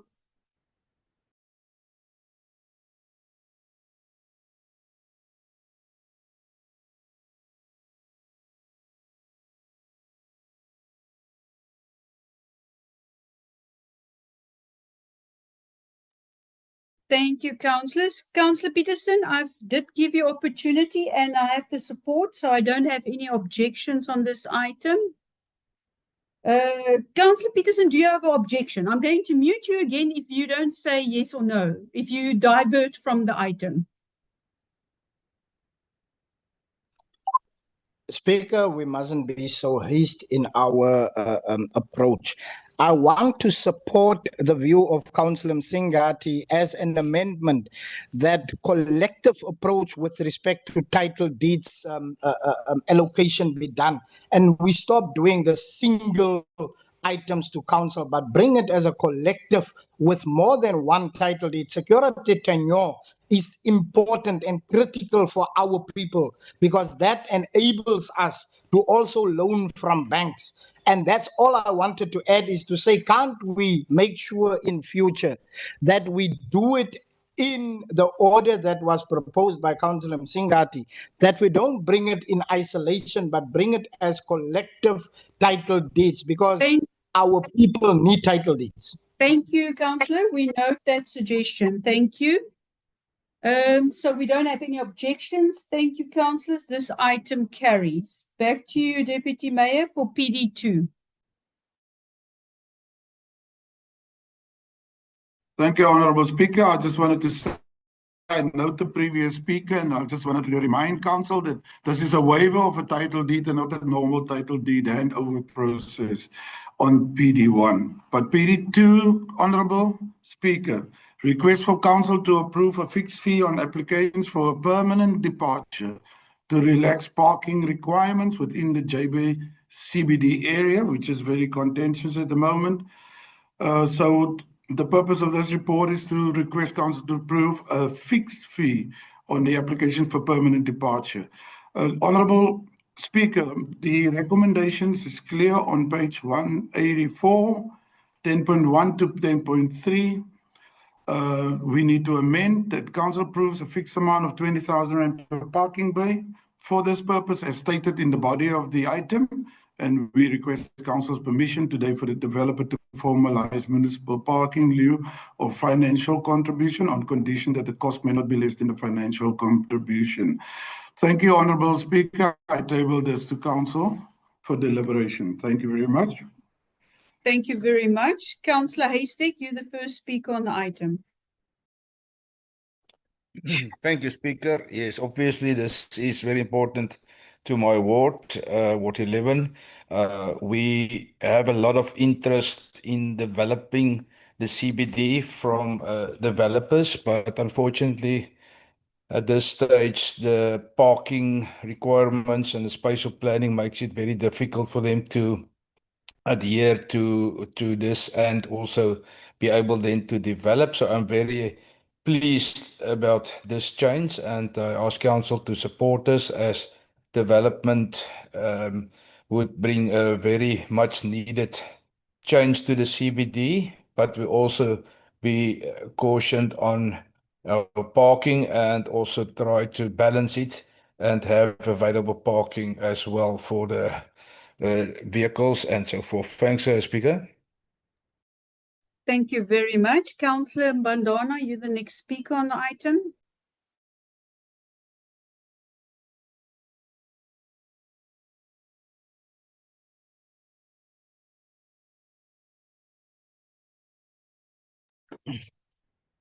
Honorable Chair, we are seeing that just the revenue generation in terms of Councillor Haystack in this area. I hope, Honorable Haystack, the oomph that is given to the item so that there can be development in town can happen all over in Gouga. It must happen in Patensi, in Hanki, it must happen in St. Francis Bay and so on.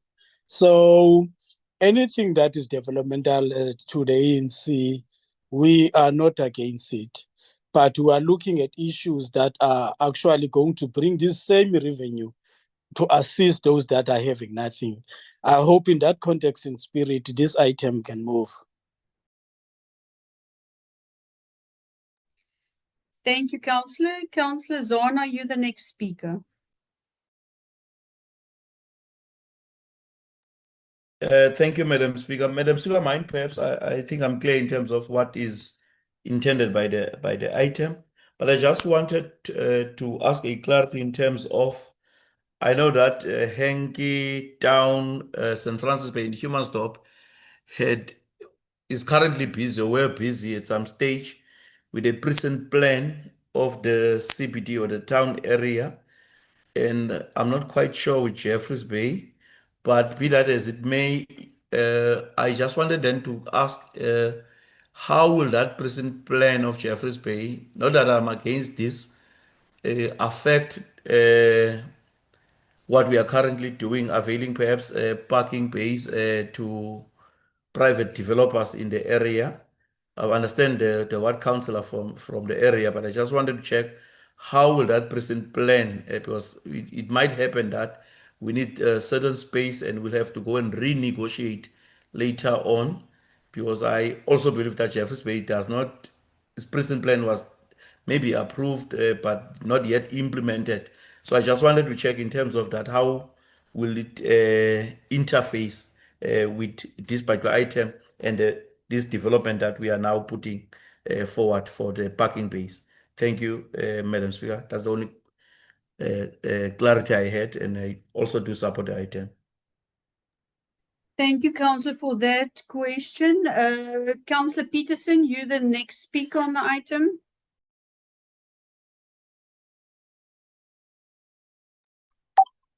Thank you, Speaker. Speaker, can I ask an indulgence? The indulgence is that my time for debate not start until I first get a clarity on this. When I say clarity, I just want to make sure when we speak of this departure, are we speaking in terms of a zoning scheme in particular for Kouga? That is the clarity before I can start with the debate on the item, not to start the time yet. Can I just get that clarity first? Councillor, I will allow it. I'm quickly going to give the rest of the speakers opportunity. Somebody's. No, I said thank you, Speaker, for the indulgence of allowing that clarity. Then I will introduce my debate. Thank you, Speaker. What I will do is, Councillor, I'm going to allow all the other speakers, then I'll get the administration to answer, and then you can ask it on the zoning scheme. So the next speaker on the item is Honourable Mayor. Thank you very much, Speaker. Speaker, just this item does not speak to a zoning scheme or anything like that. This item is for the development of the CBD in order to make it more development friendly, because currently we do not have sufficient space in the CBD to allow for businesses to adhere to the not exorbitant but high request for parking when they do develop. And we are seeing with various developers in the CBD that parking is becoming a bigger and bigger issue. So this is an effort to make it easier for them to contribute towards the parking requirements in order for us to stimulate the growth of our CBD, specifically in Jeffreys Bay. Thank you. Thank you very much. Yes, Honourable Mayor, you also gave me some time. It's definitely a land use scheme. Councillor Peterson, I'm just going to give to the last speaker, then I'll go back to you. Councillor van der Linde, you still a speaker on the item? I'm not sure if you're still at the doctor.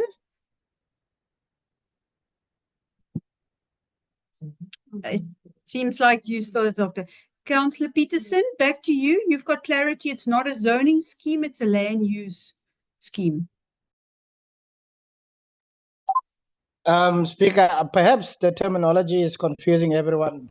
Fortunately for me, I've worked in the Department of Planning and Development for for Knysna Municipality. So I know exactly how these things work. My question then, Speaker, is when we speak of zoning scheme regulations, it is focused on specific areas and it is approved by council. When you speak to SPLUMA, SPLUMA is national legislation. Now, my only concern is when we want to do departures, we must understand you have legislation changes and then you have the national building regulations. The national building regulations gives a predetermined amount of parking spaces that must be allocated per building, right? Now, when there is no accommodation on the property to accommodate the required parking spaces, that is when council can then be afforded the opportunity to lease parking space in the street on a temporary basis, not a permanent basis. What we're seeking in this item, and I'm protecting the businesses. I'm speaking purely for the protection of the businesses and for them not being exploited, because there is laws in this country. And my concern is when you speak of a temporary departure is what we are speaking of here, which can't be a permanent thing. A temporary departure is a discretionary item of council. Council can provide temporary departures, but a permanent departure is when we look at the title deeds and bringing amendments to the title deeds for that specific property. You can't give a departure for a property when it's owned by someone, and when a new owner comes, that departure still applies. It does not work like that, unless I was completely misled by Lauren Waring and Mike Mon Brown when I was working under their 1 minute, 30 seconds, Councillor. In Knysna Municipality. Now, when we want to do what we seek to do, and unless I'm not understanding the item, are we saying that we want to allocate parking area and then have people pay access to the parking spaces and provide parking? Or are we saying we want to provide parking to the businesses as a municipality on the road reserve? If that is the case, then I agree with providing parking on the road reserve for the businesses, but it can't be a permanent thing. It is a lease that is paid monthly to the council, which generates revenue to us, and at the same time that provides for parking for these businesses. This is where we to go. I'm saying a permanent agreement with respect to parking can't work like that, because the property that you are now allocating to that specific property or business, that business is immovable property. When you allocate a right to that property, this is now the law of property. When you allocate a right, it is a right to the property itself and not the individual. Now that changes things. When that happens, you need to register this in the title deed as, you need to register it in the title deed. Now, what are we really Thank you, trying Councillor. to Your achieve? time is up. Thank you, Speaker. It's fine. Thank you. Councillor Willifant, I'm going to give you opportunity when we do clarity. I first want to quickly give over to Cedric, and the mayor's also got extensive knowledge on this item. Cedric Grootboom, could you please come in and just answer Councillor Zana and Councillor Peterson's questions? Thank you, Honourable Speaker. As we're using one device, in the absence of Mr. Laramuku, I've also invited our Chief Town Planner to the session, as this is part of his hard work for this item, Mr. Tabelo. So I'm going to just hand over to him to respond to some of the concerns and also provide more information. With your indulgence, Speaker, is it okay if he proceeds? Yes, you may proceed. Thank you.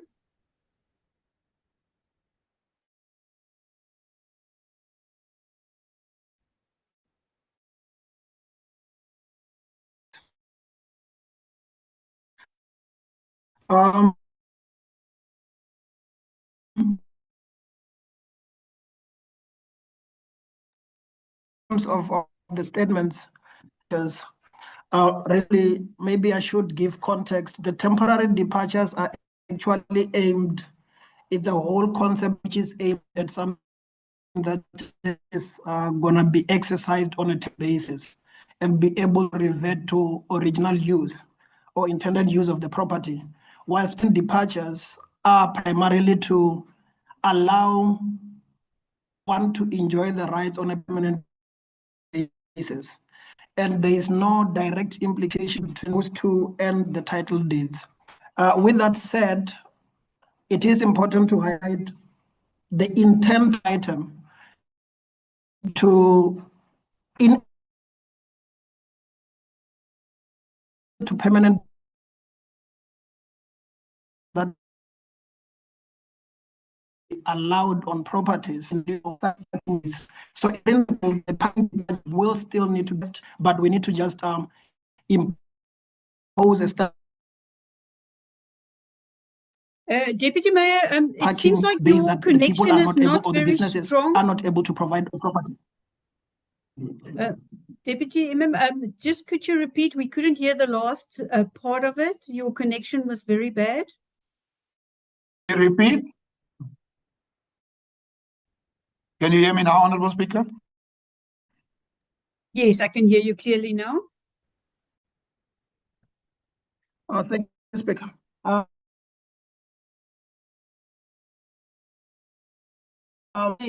Is that in terms of this process, what we're aiming for only provide a process or a amount of money that may be payable to residents and businesses to in lieu of the parking base that they need to provide.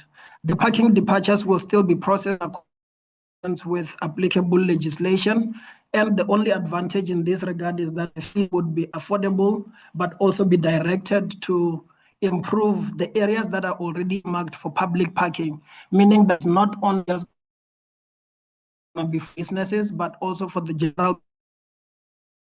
It's just that will be an advantage that these sites that have already been earmarked for parking are within town and able to the businesses as well. Thank you, Speaker. Thank you very much. Councillor Willifan, do you have a question of clarity?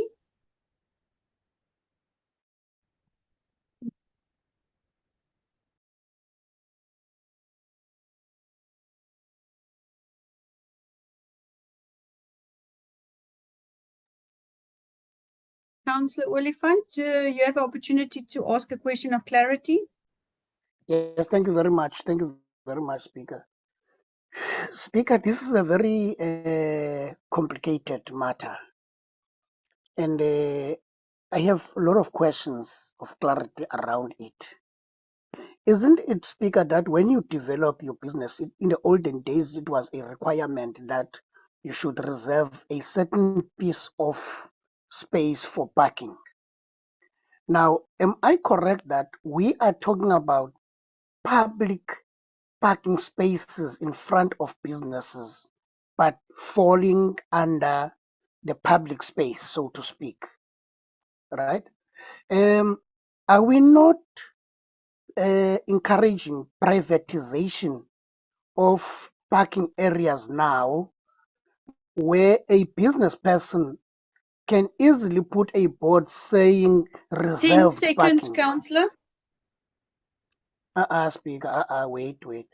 Now, It's a question of the point clarity, is, Councillor. It's 1 the minute. point which I want to drive home, will there be public participation? Because I, for one, Speaker, I'm not in support of this unless I am clarified during the public participation process, as well as us to be taken through as councillors. Thank you, so that Councillor. we are Your time made is to up. understand. Thank you, Councillor. Councillor Willifant, you were not a speaker on the item, so a clarity question is 1 minute, and you've had your 1 minute. Councillor Peterson, do you have a question of clarity? Then I'm going to give back to the administration just to clarify. Thank you. Speaker? Speaker, can you hear me? I can hear Thank you, you, Speaker. Councillor. I had difficulty, and I'm dead serious when I say I had difficulty hearing the response from the people, for the person who responded on my questions, and therefore I am still unanswered. I have no idea what he said, because the whole time it was I couldn't hear what he said. So that leaves a bit of a challenge. And remember, I raised this earlier in saying that I can't fully participate in the portfolio standing committees because I am not invited to them because of a laptop issue that is with you. Since last year, I've not received my laptop. And that is creating a challenge in itself. But having said that, Speaker, I need to be clarified. I need to be clarified, Speaker, on the temporary departure and permanent departure issue, because I did not get a proper answer. Thank you, Speaker. Thank you. I'm going to ask Deputy Mayor just to answer those. We did the first part, we could not hear. The second part I did hear. On that clarity, could I give back to you, Deputy Mayor?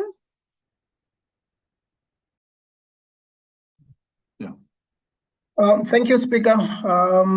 The Deputy Mayor has allowed me to just come in again and clarify. In terms of the first part, and I hope I'm audible this time. In terms of the first part, the clarity was to indicate that a temporary departure and a permanent departure differ substantially in the sense that a temporary departure is only purposed to allow a person to exercise the property on a temporary basis. In fact, that may not, in terms of law, be over 5 years. And the permanent departure allows one person to extend the right or the enjoyment of the property on a permanent basis. Such things as building lines, for example, they are permanent departure in the sense that the building within a building line will remain there forever, for as long as that building will exist. But in case of a temporary departure, for instance, where a person wants to use, let me just say, a garage of a house for, say, for example, for a salon, that person may be granted that which they may only be able to only for 5 years. So that is the clarification in terms of temporary and permanent departure. Temporary departures is simply temporary in nature, not exceeding 5 years, whereas the permanent departures are enjoyed on a permanent basis. So those two things don't have a clear direct link with the title deeds per se. It is simply the nature in which the rights will be permitted to be used. Thank you for that clarity. Councillor Peterson, it's for permanent departure as in the item. I would like to know, is there anybody opposing this item?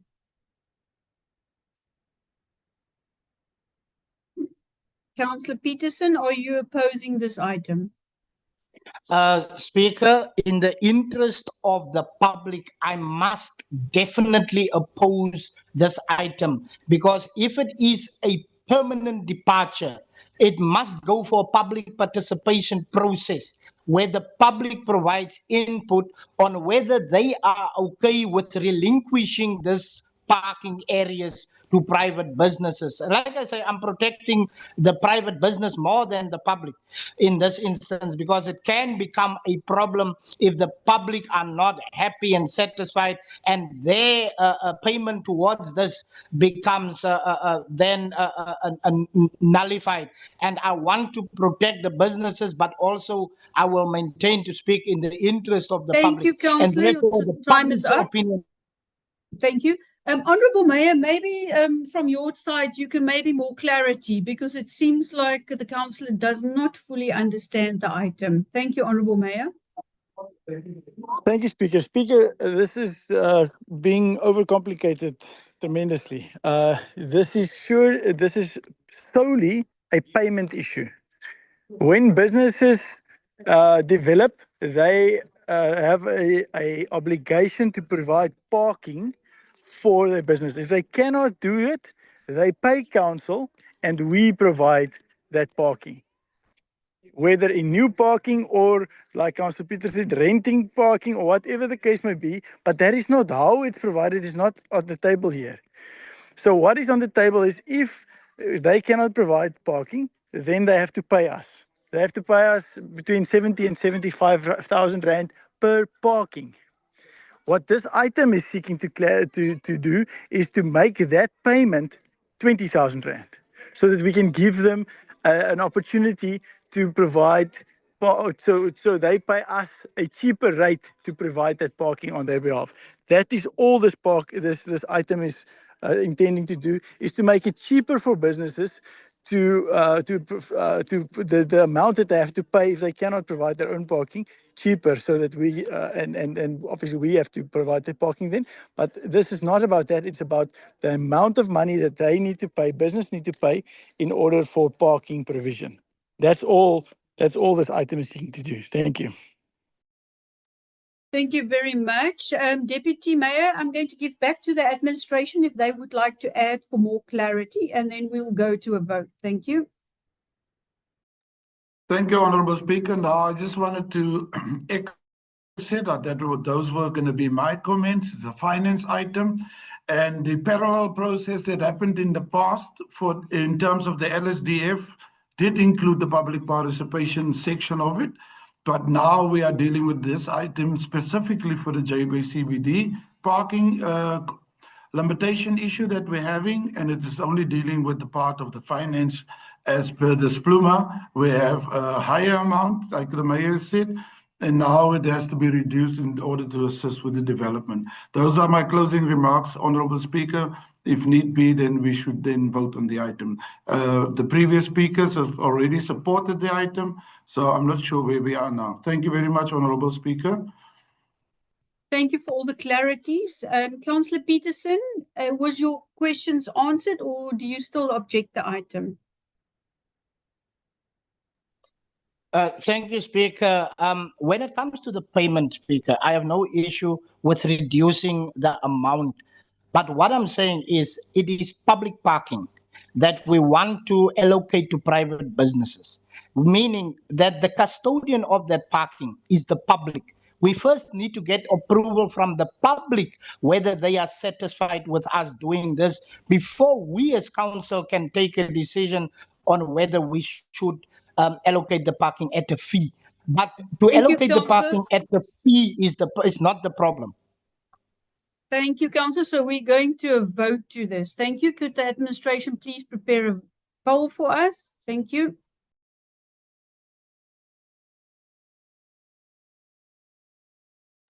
Councillors, please vote for this item.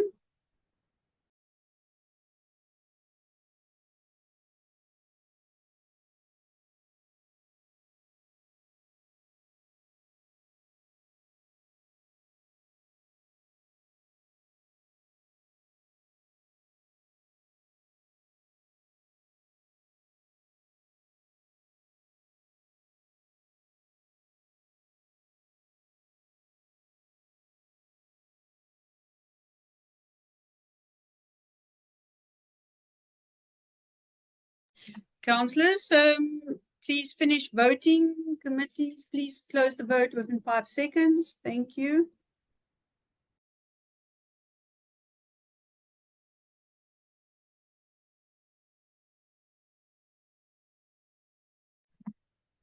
Thank you. The poll is closed. Could I have the results, please? 16 in favor, 9 not in favor, and 0 abstention. Thank you. 16 in favor, 9 not in favor, and 0 abstain. This motion carries. Thank you. Honourable Mayor, moving to 17.3, reports by the Chairperson, Community and Safety Services for CSS2. Thank you, Mayor. Thank you, Speaker. I'd like to table the item for Community and Safety Services, and it will be handled by Alderman Benson. Thank you. Thank you. Alderman Benson, the floor is yours. Yeah, it's a very small floor, but I'm going to take it, Speaker. Here's the item is number 26 of 5 CCS2, and you will find it on page 187 up to 194. And it's about the Koga Mayoral Cup 2026. I just want to refer you to spelling mistake. There's a spelling mistake in the introduction part. It says sporty. It must be sporting code. So the administration, admin must just check that. And then the recommendation is on page 189 and also going over to page 190. And it's just asked that the council must approve the budget of 230,000 for the 7 sport events. So it's all about the Mayoral Cup. Speaker, I place this back to you for comments and so on. Thank you, Speaker. Thank you very much, Alderman. My first speaker is Councillor Zana.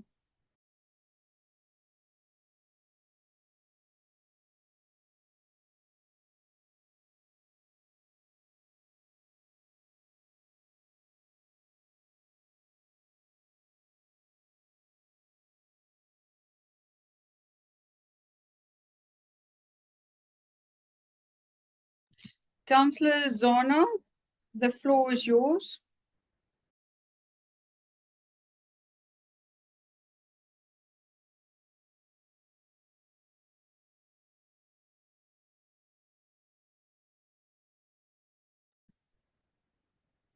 Councillor, Oh, thank you, Speaker. No, it's not on my side. It's your team. Maybe they're tired of unmuting us and muting. Madam Speaker, mine perhaps is to maybe on this to note this Mayor's Cup report, but also indicate from word go that I see that there's a lot of teams that have participated or sporting activities that took place. But we don't get to read anywhere in the item in terms of who were crowned for what in terms of this. At least we don't print paper anymore in Koga. At least the report could have informed us who are the rugby champions, the soccer, netball, etc., so that we know who are the teams. And then when I look at the amount, Chair, I'm very concerned that we are spending this amount as Koga, but I think what we should do, maybe moving forward, we should look to have partnerships, and because we cannot just as a council give out money to sports club, but this tournament must be in a way developmental and people must be able to look forward to it annually. But I don't think we'll have the financial strength or muscle to carry the tournament for many years should we go that journey alone.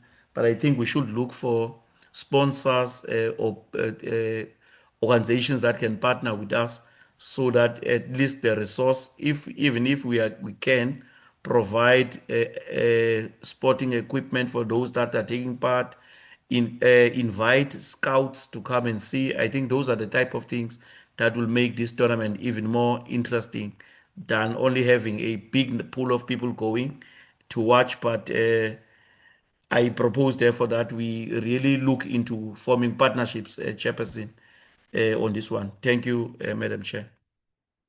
thank you, Councillor. Honourable Mayor, you're the next speaker. Thank you, Speaker. I agree with Councillor Zana. I think this is something that's been coming a while and that we've been engaging the sports teams on in terms of prize monies and so forth. I would very much like to give them a lot more funding. However, our budget is limited in that respect, especially if we want to increase this Mayoral Cup to even more sporting codes, it becomes more and more difficult. We are, however, engaging on various platforms with various other sponsors to be able to support this Mayoral Cup. It is something that's very close to my heart. It's something that's very that has a huge impact and that there's potential to have an even bigger impact in our communities. So we all know the effect and the influence and the impact that sport has in our communities, and we have to therefore drive this as hard as possible and increase prize monies and get sponsors on board to be able to do that. Thank you. Thank you very much. Next speaker on the item is Councillor Bandana.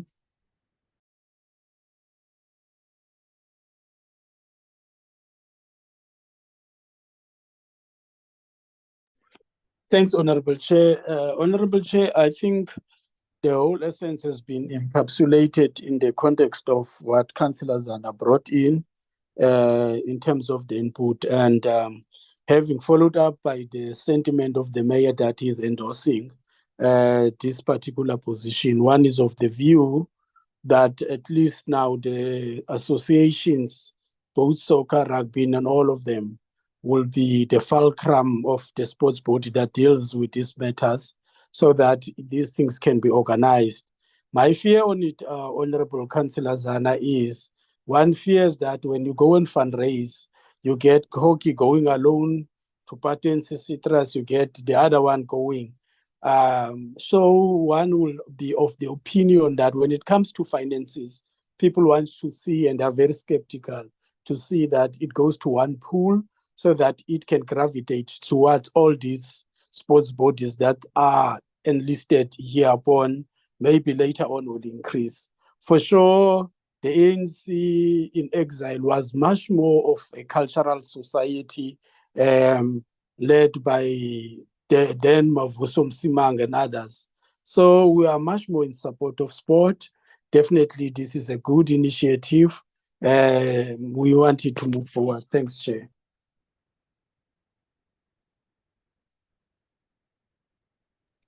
Thank you very much. It's the end of my speakers. Do I have any objections on this item? Councillor Peterson. Speaker, not necessarily an objection, but I am allowed a clarity on what the mayor said and what he responded to when the question was raised. My question is primarily on the golf, as I am a golfer, same with him. All the other sporting codes, no club is paying to play. I need to understand why the golf clubs were selectively chosen by a committee of his, and why not all clubs were accommodated. Also, why golf clubs needs to pay for a mayoral cup when the intention of the mayoral cup is clear on why there is such a thing. And then the last question, what happens to the money that was accumulated by the golf tournament? Where is that applied? Thank you, Speaker. Thank you, Councillor. I am actually going to give to Mr. Swartz for clarity on just some of the questions, that the sporting things. But Councillor, I believe there's a portfolio summary coming up, so all your questions will be answered there. So, and I'm also going to give to a different director that also got answers on it. Director Makalesi, maybe you can give some clarity on these questions.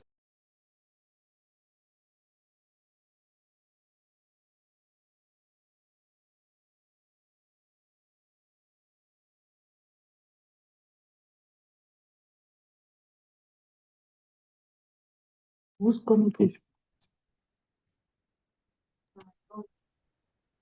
Deputy MM, I believe the director is sitting with you. Speaker, I didn't really get the questions. I only got the comments. Speaker, do you want me to comment on the comments? Because we have captured the comments from Councillor Zana and Councillor Mbandana. And I'm not sure what the question, Speaker. Director, it was just a question on the golf. How was the golf committee elected and teams elected? Speaker, there is a committee that is running the Mayor's Cup from the Mayor's office and our office. So the golf was, the committee came about the selection of those that we play. Thank you, Speaker. Thank you. Councillor, I suggest you write to my office, because you didn't ask questions on the questions that the previous speakers asked. So you've got brand new questions. So I suggest you write to my office, and then I'll get the director to answer your questions. Do you still have an objection on this item, or can we vote on it? Speaker, I had three explicit questions, which is extremely simple in nature. One, how did we go about the selection of clubs to participate in the Mayoral Cup? That was the first question. The second question was, what happens to the money that was made with this tournament and how will it be applied? And three, why does golf ask for clubs to pay to play when all the other sporting codes play for free? It's very simple questions. Thank you, Speaker. Director, I'm going to give to you for the last time to just repeat what you've said. Thank you.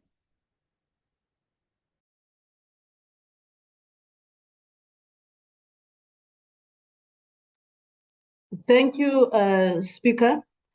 We are going to submit a report that is going to be comprehensive, and we will address all these concerns on the report. As I said, there is a committee, it's not individuals that are selecting people. There is a committee that is running the Mayor's Cup within the municipality, together with the Coga Sports Council. Thank you. Thank you for that clarity. Are there any objections on this item, or do we have to go on a vote on this one? Councillor Peterson, is that an old hand? No, Speaker, it is not a historical hand, but I am objecting to this item with the fact or the reason being that it is not providing sufficient information on the report. Thank you, Speaker. Thank you. Committee Services, could we please put up a poll so we can vote for this item? Thank you.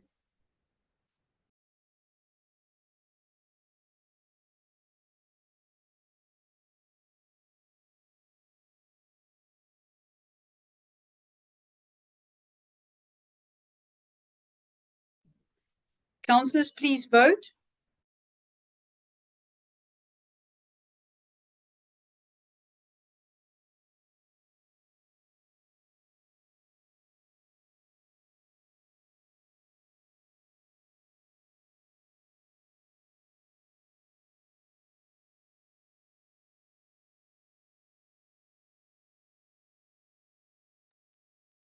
Councillors, I'll allow you another few seconds to vote. Then we're going to close the poll.